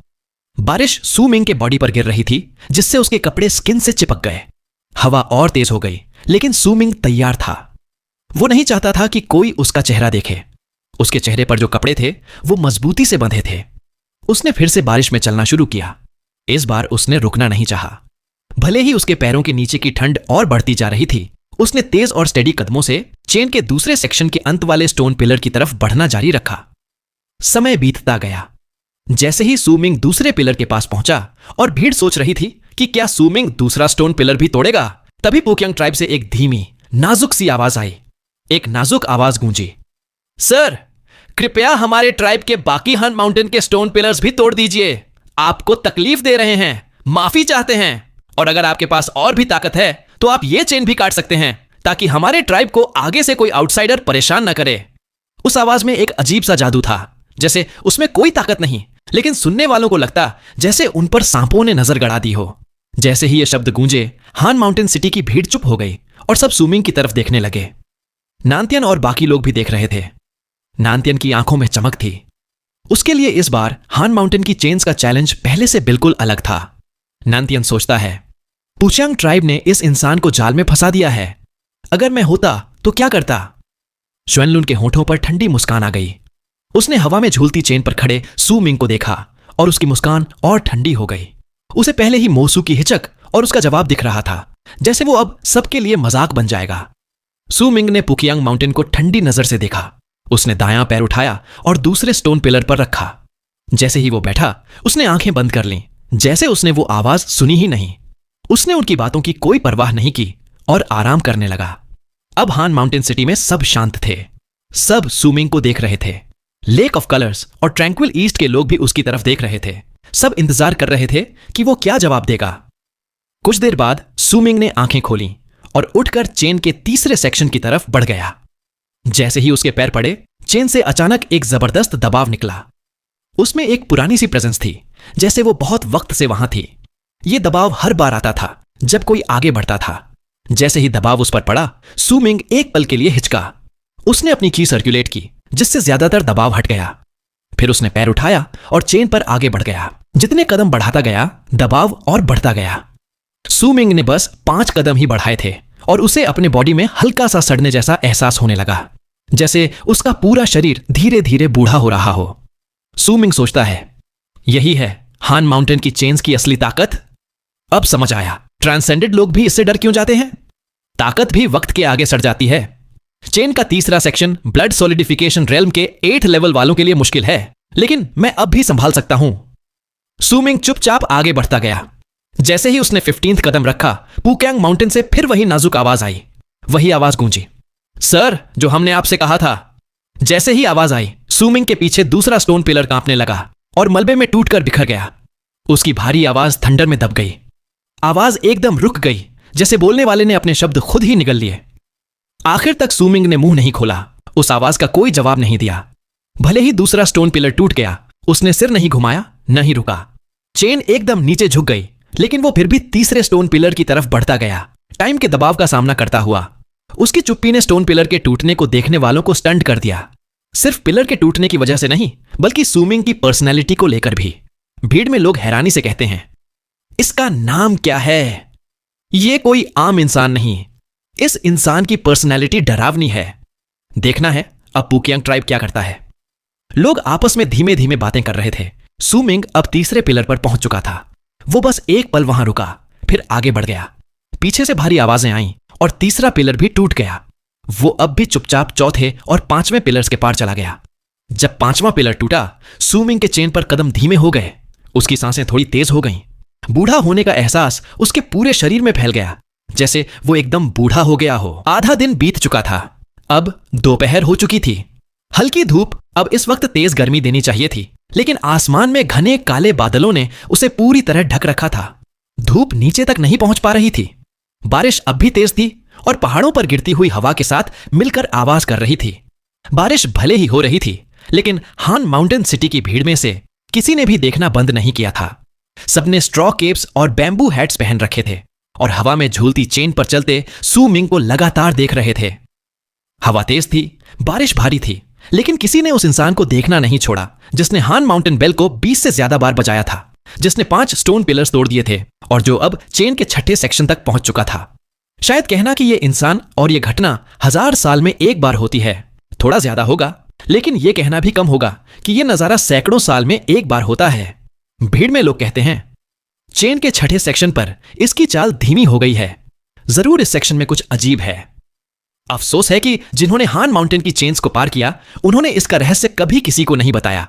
ज्यादातर जो फेल हुए मर गए और जो किस्मत से बच भी गए वो भी चुप ही रहे। इससे बस ये और रहस्यमय हो जाती है कि हान माउंटेन की चेन्स इतनी मुश्किल क्यों है। अरे वो रुक गया। बारिश के पर्दे के पार कई जोड़ी आंखें सू मिंग पर टिक गईं। नंतियन, श्वेनलून, केजूसी और लेंगिंग भी उसकी तरफ चमकती आंखों से देख रहे थे। सू मिंग अब चेन पर आगे नहीं बढ़ा। उसने वहीं बैठना चुना, जैसे उसका शरीर चेन से चिपक गया हो। जैसे जैसे चेन हिल रही थी, उसका शरीर भी हिल रहा था। उसकी सांसें तेज हो गई थीं।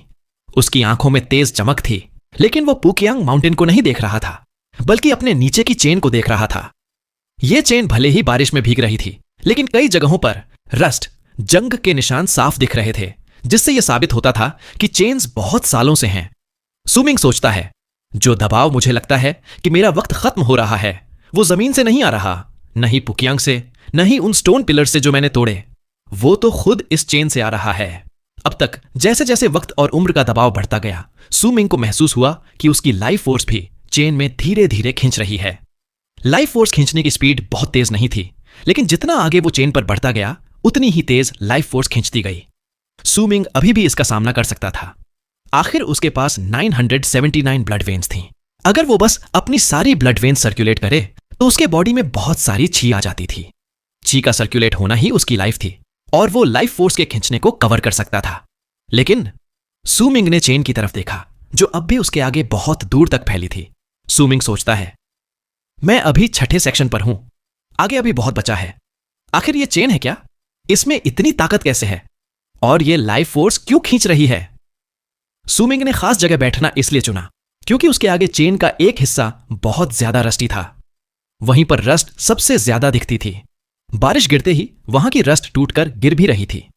हवा उसके कानों के पास से सीटी बजाती हुई गुजर रही थी। उसके साथ बहुत सारा बारिश का पानी भी आ रहा था। आसमान में थंडर गूंज रहा था। कभी कभी बिजली चमकती थी। सू मिंग के नीचे कैनियन था, जिसकी गहराई का कोई अंत नहीं दिखता था। जब उसने सिर झुकाया तो उसे दिखा कि बारिश कैनियन में ऐसे गिर रही थी जैसे लाखों तीर छोड़े जा रहे हों। सू मिंग ने कुछ देर अपनी सांसें रिकवर की और दायां हाथ उठाकर चेन के रस्टी हिस्से पर उंगली रख दी। जैसे ही उसकी उंगली रस्ट को छुई, उसके चेहरे का रंग सफेद पड़ गया। जल्दी ही उसकी दाहिनी इंडेक्स फिंगर सफेद हो गई। उसमें से लालिमा गायब हो गई। यह खून खींचने का नहीं, बल्कि उसकी ची सर्कुलेट करने से बनी लाइफ फोर्स और उसके शरीर के अंगों को चलाने वाली लाइफ फोर्स के धीरे धीरे खींचने का संकेत था। समय बीतता गया। सू मिंग काफी देर से चेन पर बैठा था। उसका दायां हाथ अब भी चेन पर था और वो अपनी लाइफ फोर्स को चेन में खींचने दे रहा था, बिना हिले। हान माउंटेन सिटी के लोगों को धीरे धीरे कुछ अजीब लगने लगा, लेकिन उन्हें वजह समझ नहीं आई, बस अंदाजे ही लगा रहे थे। कुछ लोग कहते हैं, क्या वो थक गया है? एक इंसेंस स्टिक जलने जितना वक्त हो गया और वो अब भी नहीं उठा। लगता है चेन का 6ठा सेक्शन ही उसकी लिमिट है। अफसोस, बहुत अफसोस। 6ठे सेक्शन तक आना भी बड़ी बात है। हान माउंटेन की चेन्स घंटी जैसी नहीं है। यहां जान का खतरा है। लगता है अब वो खुद भी अनश्योर है कि आगे बढ़े या नहीं। लेकिन क्या अब वो वापस जा भी सकता है? उसने पीछे के सारे स्टोन पिलर्स तोड़ दिए हैं। अगर लौटना भी चाहे तो मुश्किल होगी। बारिश में बातें फैल गईं।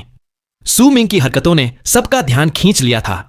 नानतियन खुद से बुदबुदाता है, शायद उसने पहला स्टोन पिलर तोड़ते ही तय कर लिया था कि हार नहीं मानेगा। थोड़ी देर बाद सूमिंग की आंखों में तेज चमक आ गई और उसने धीरे धीरे दायां हाथ उठाया। उसने चेन के उसी हिस्से को घूरा और उसकी आंखों की पुतलियां सिकुड़ गईं। सूमिंग सोचता है, जैसा मैंने सोचा था, चेन खुद को रिपेयर करने के लिए लाइफ अब्सॉर्ब करती है। सूमिंग की आंखों के सामने जहां सबसे ज्यादा रस्ट थी, वहां अब रंग ठीक होने लगा था। चेन का वो हिस्सा फिर से नॉर्मल रंग में बदलने लगा था। सूमिंग सोचता है, हान माउंटेन की चेन्स हान माउंटेन के एंसेस्टर ने बनाई थीं। वो किसी और दुनिया से बजर्कर्स की लैंड में आया था। मुझे समझ आता है कि उसने हान माउंटेन ट्राइब का साथ क्यों दिया, ताकि उसे रहने की जगह मिल जाए। लेकिन उसने हान माउंटेन की चेन्स क्यों बनाई? उसका असली मकसद क्या था?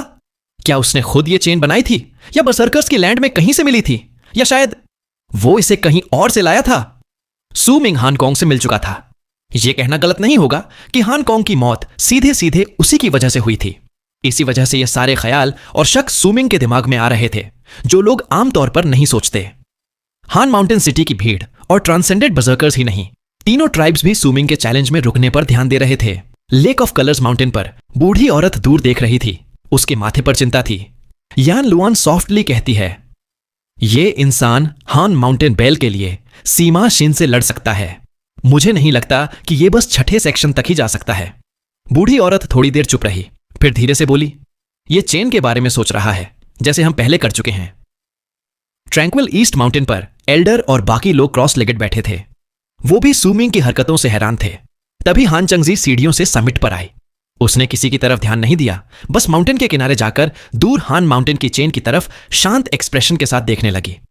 पुकियांग माउंटेन पूरी तरह शांत थी। वहां के सब लोग दूर क्रॉस लेगेड बैठे सूमिंग को घूर रहे थे। उनकी नजरों में चिंता और अनिश्चितता थी। सबके मन में एक ही सवाल था, यह कर क्या रहा है? आखिर हान माउंटेन की चेन्स हैं क्या? सूमिंग ने सिर झुकाकर कैनियन में नीचे देखा। वहां सब कुछ अंधेरे में था, जैसे कोई बीस्ट मुंह खोले लोगों को निगलने के लिए तैयार बैठा हो। सूमिंग जानता था कि कैनियन के तल में क्या है, और इसी वजह से वो चेन को लेकर डाउट में था। काफी देर बाद वो धीरे धीरे उठा और दायां पैर आगे बढ़ाया, फिर छठे पिलर की तरफ चल दिया। जैसे ही वो उठा और चला, हान माउंटेन सिटी में शोर मच गया। सब लोग जो सूमिंग को देख रहे थे अब फिर बातें करने लगे। कुछ लोग कहते हैं, वो उठ गया, हमने काफी देर इंतजार किया, अब आखिरकार वो फिर चलने लगा। लेकिन मैं जानना चाहता हूं, वो अभी रुका क्यों था?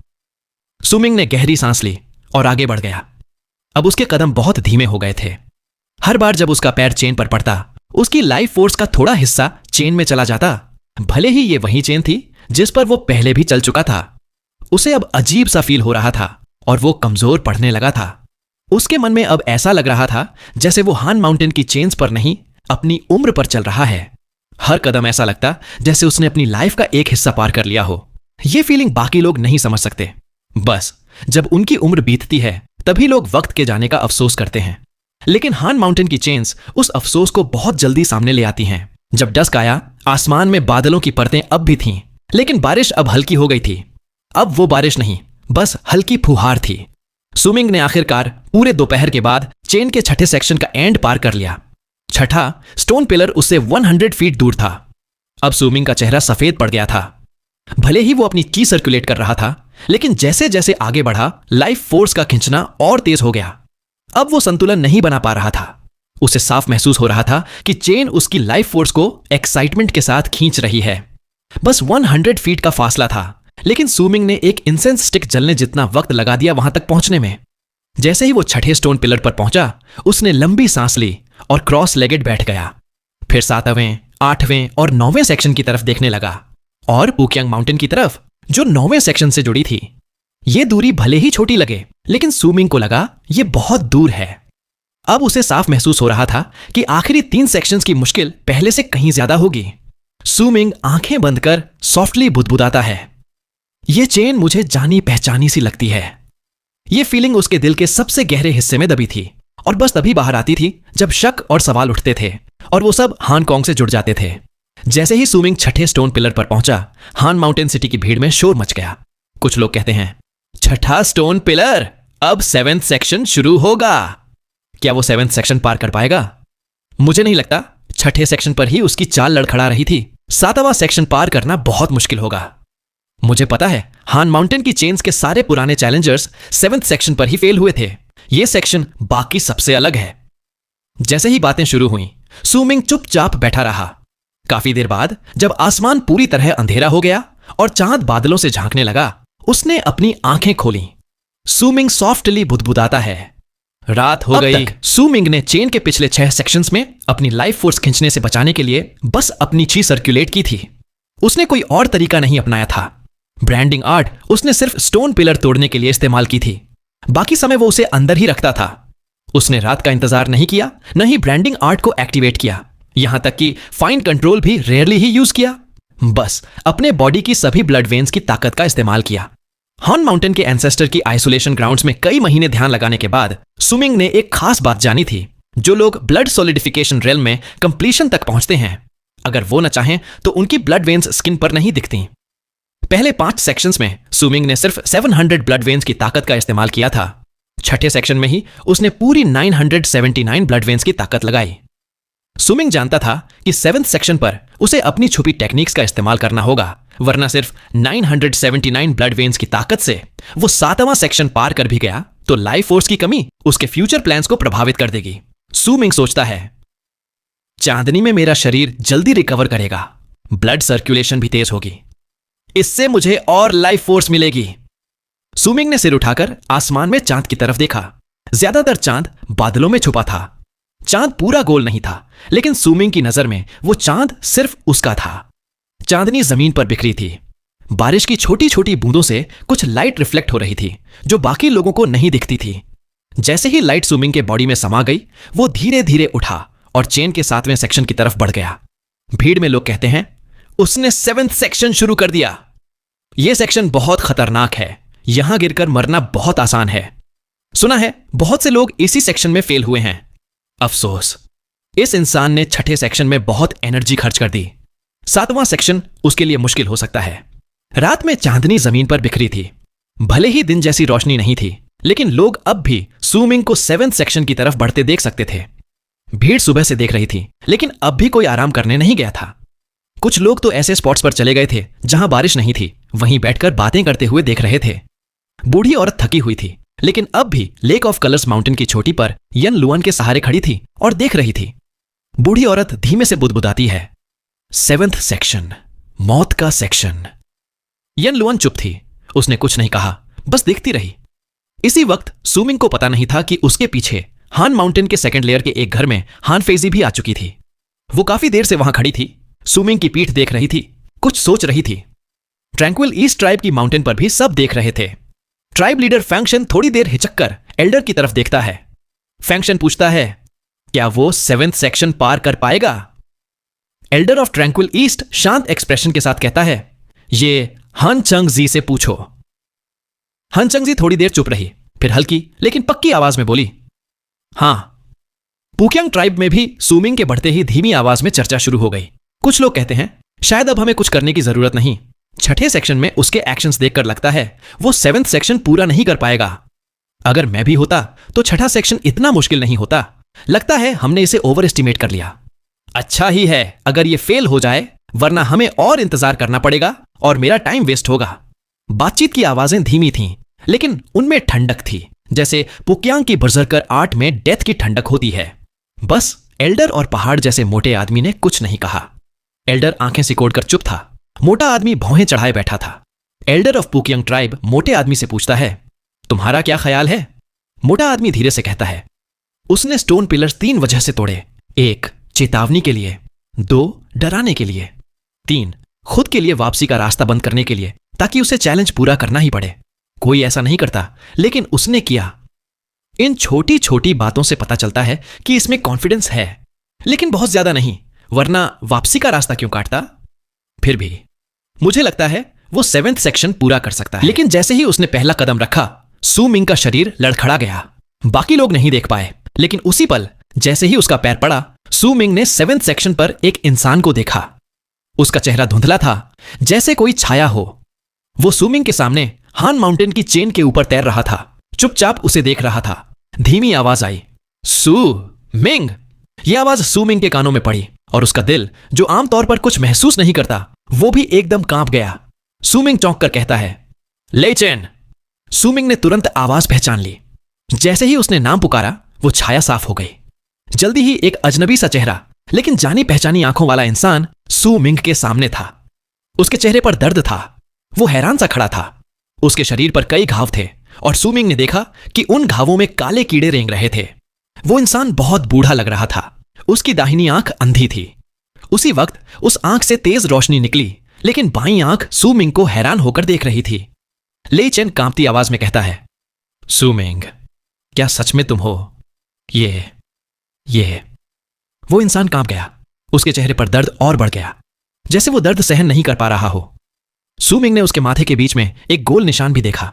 वो निशान पूरी तरह काला था। उसमें से काला धुआं निकल रहा था, जैसे वो निशान उसकी खोपड़ी के पार जा चुका हो। ले चेन अचानक दहाड़ता है, यह नामुमकिन है। यह तुम नहीं हो। तुम कौन हो? वो अचानक सू मिंग पर दहाड़ता है और उसकी तरफ दौड़ पड़ता है। अचानक ले चेन के बॉडी से जबरदस्त प्रेजेंस निकली। जैसे ही वो प्रेजेंस आई, सू मिंग को लगा जैसे सब कुछ फ्रीज हो गया हो। एक भारी दबाव जिसमें डेथ ऑरा भी थी, ऐसे उस पर पड़ा जैसे कोई विशाल हाथ उसे दबा रहा हो। सू मिंग हल्के से बुदबुदाता है, ले चेन। उसका दिल जोर जोर से धड़कने लगा। उसे बिल्कुल उम्मीद नहीं थी कि 7th सेक्शन पर ऐसा कुछ होगा। सू मिंग सोचता है, यह झूठ है। मैं हान माउंटेन की चेन्स को चैलेंज कर रहा हूं। यह बस मेरे मन का इल्यूजन है। सू मिंग का दिमाग बिल्कुल क्लियर था, लेकिन इसी क्लैरिटी ने उसके दिल को और कांपा दिया। ले चेन गुस्से में दहाड़ता है, तुम कौन हो? वो अब भी सू मिंग की तरफ बढ़ रहा था। ले चेन के 100 फीट दूर पहुंचते ही उसकी विशस प्रेजेंस सू मिंग के बॉडी से टकराई। उसकी दाहिनी आंख में पागलपन भरी किलिंग इंटेंट थी। सू मिंग डरते डरते कहता है, ले चेन, मैं सू मिंग हूं। सू मिंग का दिमाग साफ था, लेकिन जितना साफ था उतना ही डर भी बढ़ रहा था। उसे ले चेन से डर नहीं था, नहीं आसमान जमीन से। यह डर बयान ही नहीं किया जा सकता। सू मिंग बार बार बुदबुदाता है, मैं सू मिंग हूं, मैं सू मिंग हूं। उसने ले चेन को अपनी तरफ आते देखा, अपने दाएं हाथ की मुट्ठी भींची और पंच फेंका, लेकिन पंच उसके चेहरे से 3 इंच दूर रुक गया। वो इसलिए रुका क्योंकि सू मिंग ने एक वाक्य बोला। सू मिंग सॉफ्टली कहता है, तुमने एक बार पूछा था कि क्या हम बदल जाएंगे? ले चेन कांप गया। उसकी लाल आंखों में पागलपन, डिसबिलीफ और डर भी था। वो सू मिंग को हैरानी से देख रहा था। ले चेन टूटी आवाज में हंसता है, यह नामुमकिन है। मैंने तुम्हें खुद अपने हाथों से दफनाया था। क्या यह इल्यूजन है? क्या यह भी मेरी ट्रेनिंग का एक इल्यूजन है? ले चेन ने खुद को जोर से पंच मारा। हवा में भारी आवाज गूंजी और उसका बॉडी तुरंत धुंधला होकर गायब हो गया। धीरे धीरे सू मिंग की आंखों से ओझल हो गया। सू मिंग की सांसें तेज हो गईं। हन माउंटेन की चेन्स के 6 सेक्शंस में उसने ऐसा बदलाव नहीं देखा था, नहीं पुकियांग की नाजुक बातों पर। लेकिन अब वो अपनी सांसें भी मुश्किल से कंट्रोल कर पा रहा था। वो जोर जोर से सांस ले रहा था। सू मिंग सोचता है, क्या ये इल्यूजन है या सच? क्या ये मेरा इल्यूजन है या ले चेन का इल्यूजन? क्या ये मेरी रियलिटी है या ले चेन की रियलिटी? ले चेन का रूप बहुत बदल गया है। वो बहुत ताकतवर हो गया है। क्या ये मेरा इमेजिनेशन है? सू मिंग कांप गया, जैसे किसी बुरे सपने से जाग नहीं पा रहा हो। इसी वक्त हान माउंटेन सिटी में जबरदस्त शोर मच गया। सब लोग जो बैठे थे खड़े हो गए। Lake of colours tribe, tranquil east tribe, यहां तक कि पुकियांग ट्राइब भी हैरान रह गए। सबने साफ देखा कि रात में सू मिंग 7th सेक्शन पर चल रहा था, लेकिन उसकी चाल अब बिल्कुल अलग थी। जैसे वो भूल गया हो कि ये हान माउंटेन की चेन्स है, जैसे वो किसी स्मूथ रास्ते पर नहीं बल्कि कहीं और चल रहा हो। अब सू मिंग सबकी नजरों में जैसे अपनी आत्मा और दिमाग खो चुका था। भले ही वो चल रहा था, लेकिन वो एक चलती फिरती लाश जैसा दिख रहा था। एक बार तो वो गिरते गिरते बचा। ये कोई क्लियर माइंड वाला इंसान नहीं कर सकता। भीड़ में लोग कहते हैं, फिर वही।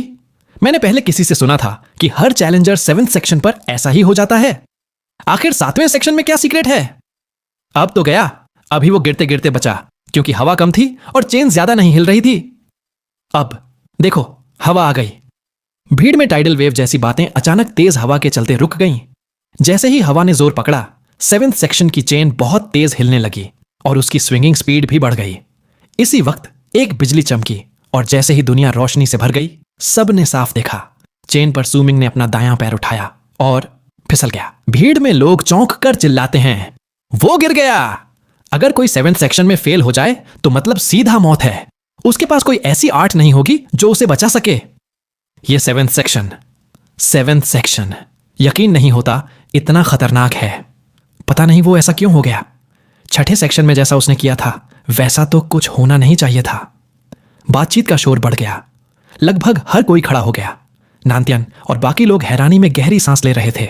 नानत्यान सॉफ्टली कहता है, 7th सेक्शन मुश्किल हो सकता है, लेकिन ये वही इंसान है जो सर सीमा से एंशंट बेल के लिए लड़ सकता था, और ये ऐसे ही फेल हो गया। मुझे पता था 7th सेक्शन रहस्यमय है, लेकिन डिटेल्स नहीं जानता। आखिर इस इंसान के साथ 7th सेक्शन में क्या हुआ? हर तरफ शोर था, कमोशंस थीं। सबकी आंखों के सामने सू मिंग का पैर हान माउंटेन की चेन से फिसल गया और वो गिर पड़ा। उसका शरीर एक तरफ लुढ़का और वो नीचे गिरने लगा। यह दृश्य और भी शॉक और सरप्राइज की चीखें ले आया। नानत्यान और बाकी 3 लोग एक पल भी नहीं रुके, सब उड़कर हवा में देखने चले गए। हान माउंटेन सिटी के सेकंड लेयर के घर में हान फेइजी का चेहरा वेल के नीचे सफेद पड़ गया। वो हिली नहीं, बस दूर देखती रही। चेहरे पर हैरानी थी। हान फेइजी सोचती है, फर्क नहीं पड़ता कि वो मोसू है या नहीं। अगर वो 7th सेक्शन में फेल हो गया तो उसे कोई नहीं बचा सकता। हान फेइजी ने सिर झुका लिया और आंखें बंद कर लीं। इसी वक्त लेक ऑफ कलर्स माउंटेन पर बूढ़ी औरत की आंखें चौड़ी हो गईं। यान लुआन भी उसके पास हैरान रह गई। उसके चेहरे पर डिसबिलीफ था। यह सब इतना अचानक हुआ कि वो संभल ही नहीं पाई।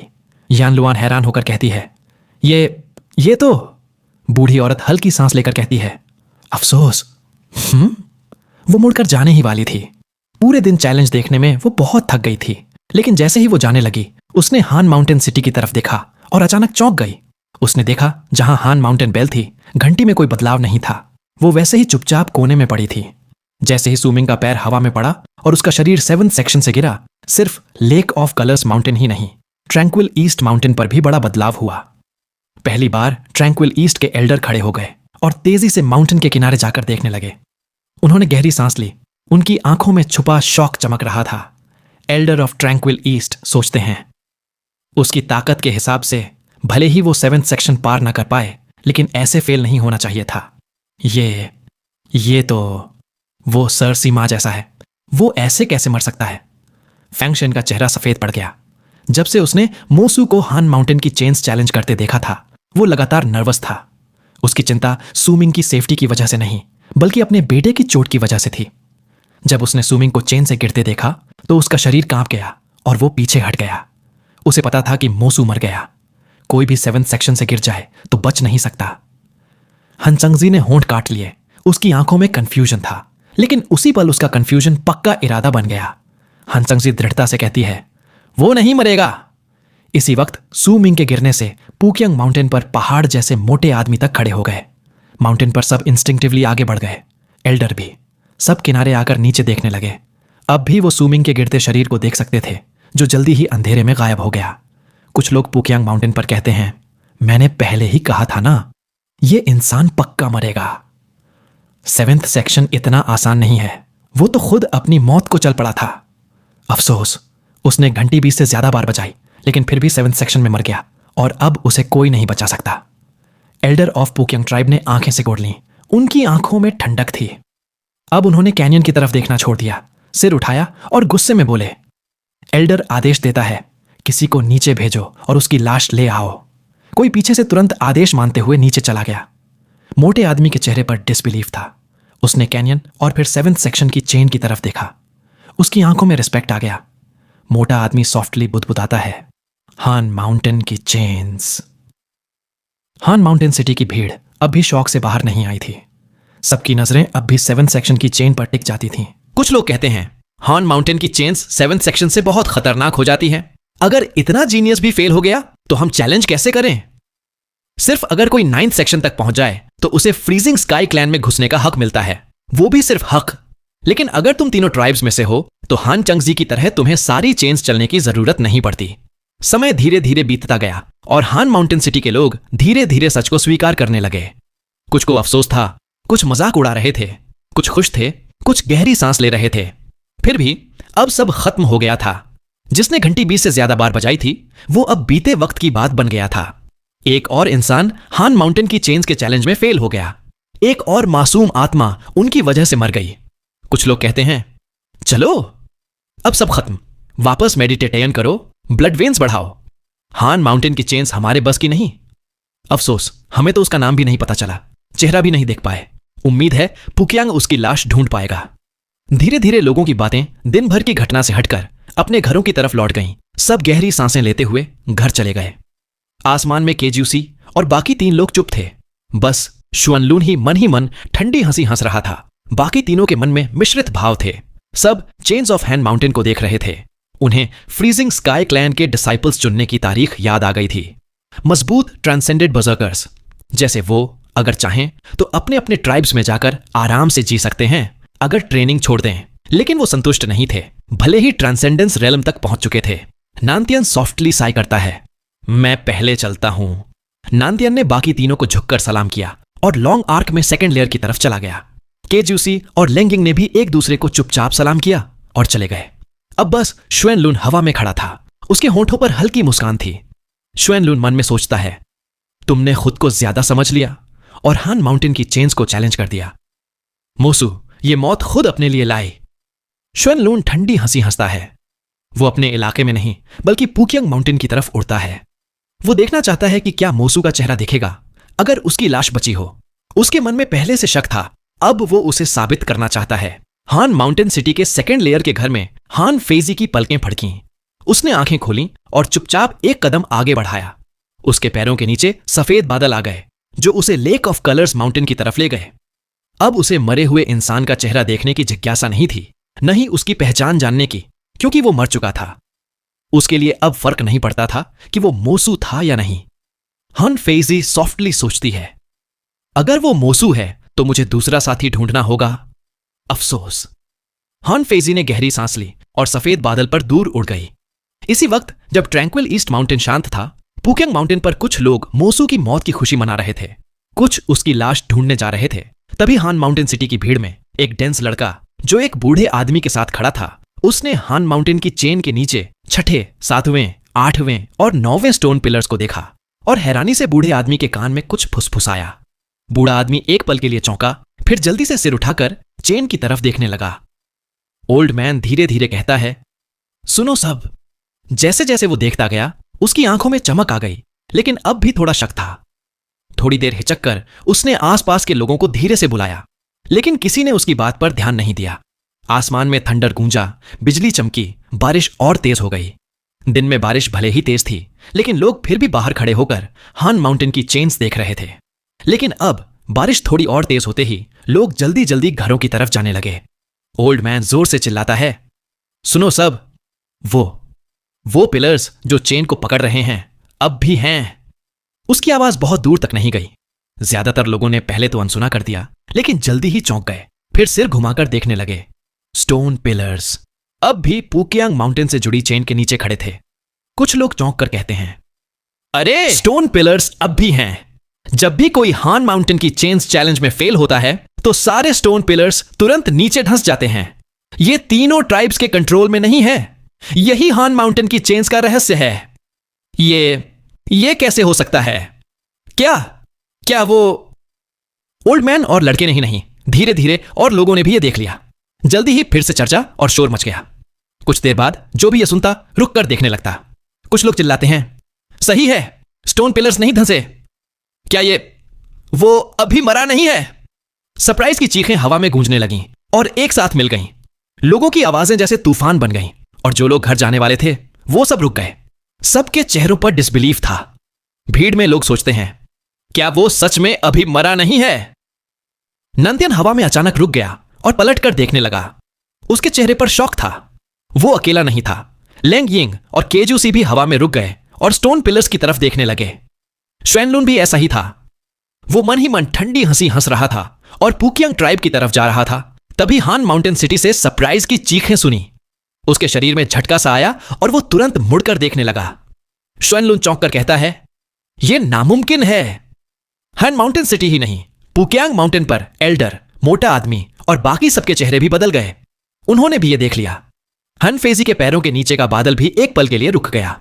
वो सफेद बादल पर खड़ी थी। उसने सिर घुमाया और हान माउंटेन की चेन्स के नीचे कैनियन की तरफ देखने लगी। हन फेजी सॉफ्टली बुदबुदाती है, वो अभी जिंदा है। वो अभी जिंदा है। हान माउंटेन की चेन्स का चैलेंज खत्म नहीं हुआ। ट्रैंक्विल ईस्ट ट्राइब के एल्डर ने गहरी सांस ली।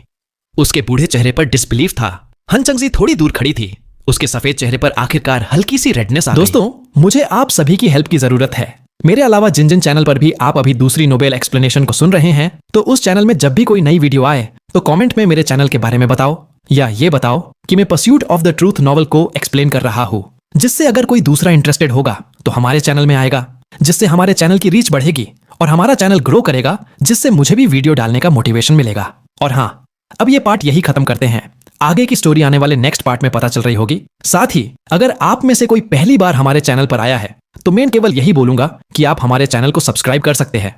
साथ ही अगर आपको ये वीडियो पसंद आई हो तो वीडियो को लाइक करके एक प्यारा सा कमेंट भी कर देना, जिससे मुझे भी खुशी होगी। और अगर आप चाहे तो इस वीडियो को अपने दोस्तों के साथ शेयर भी कर सकते हैं।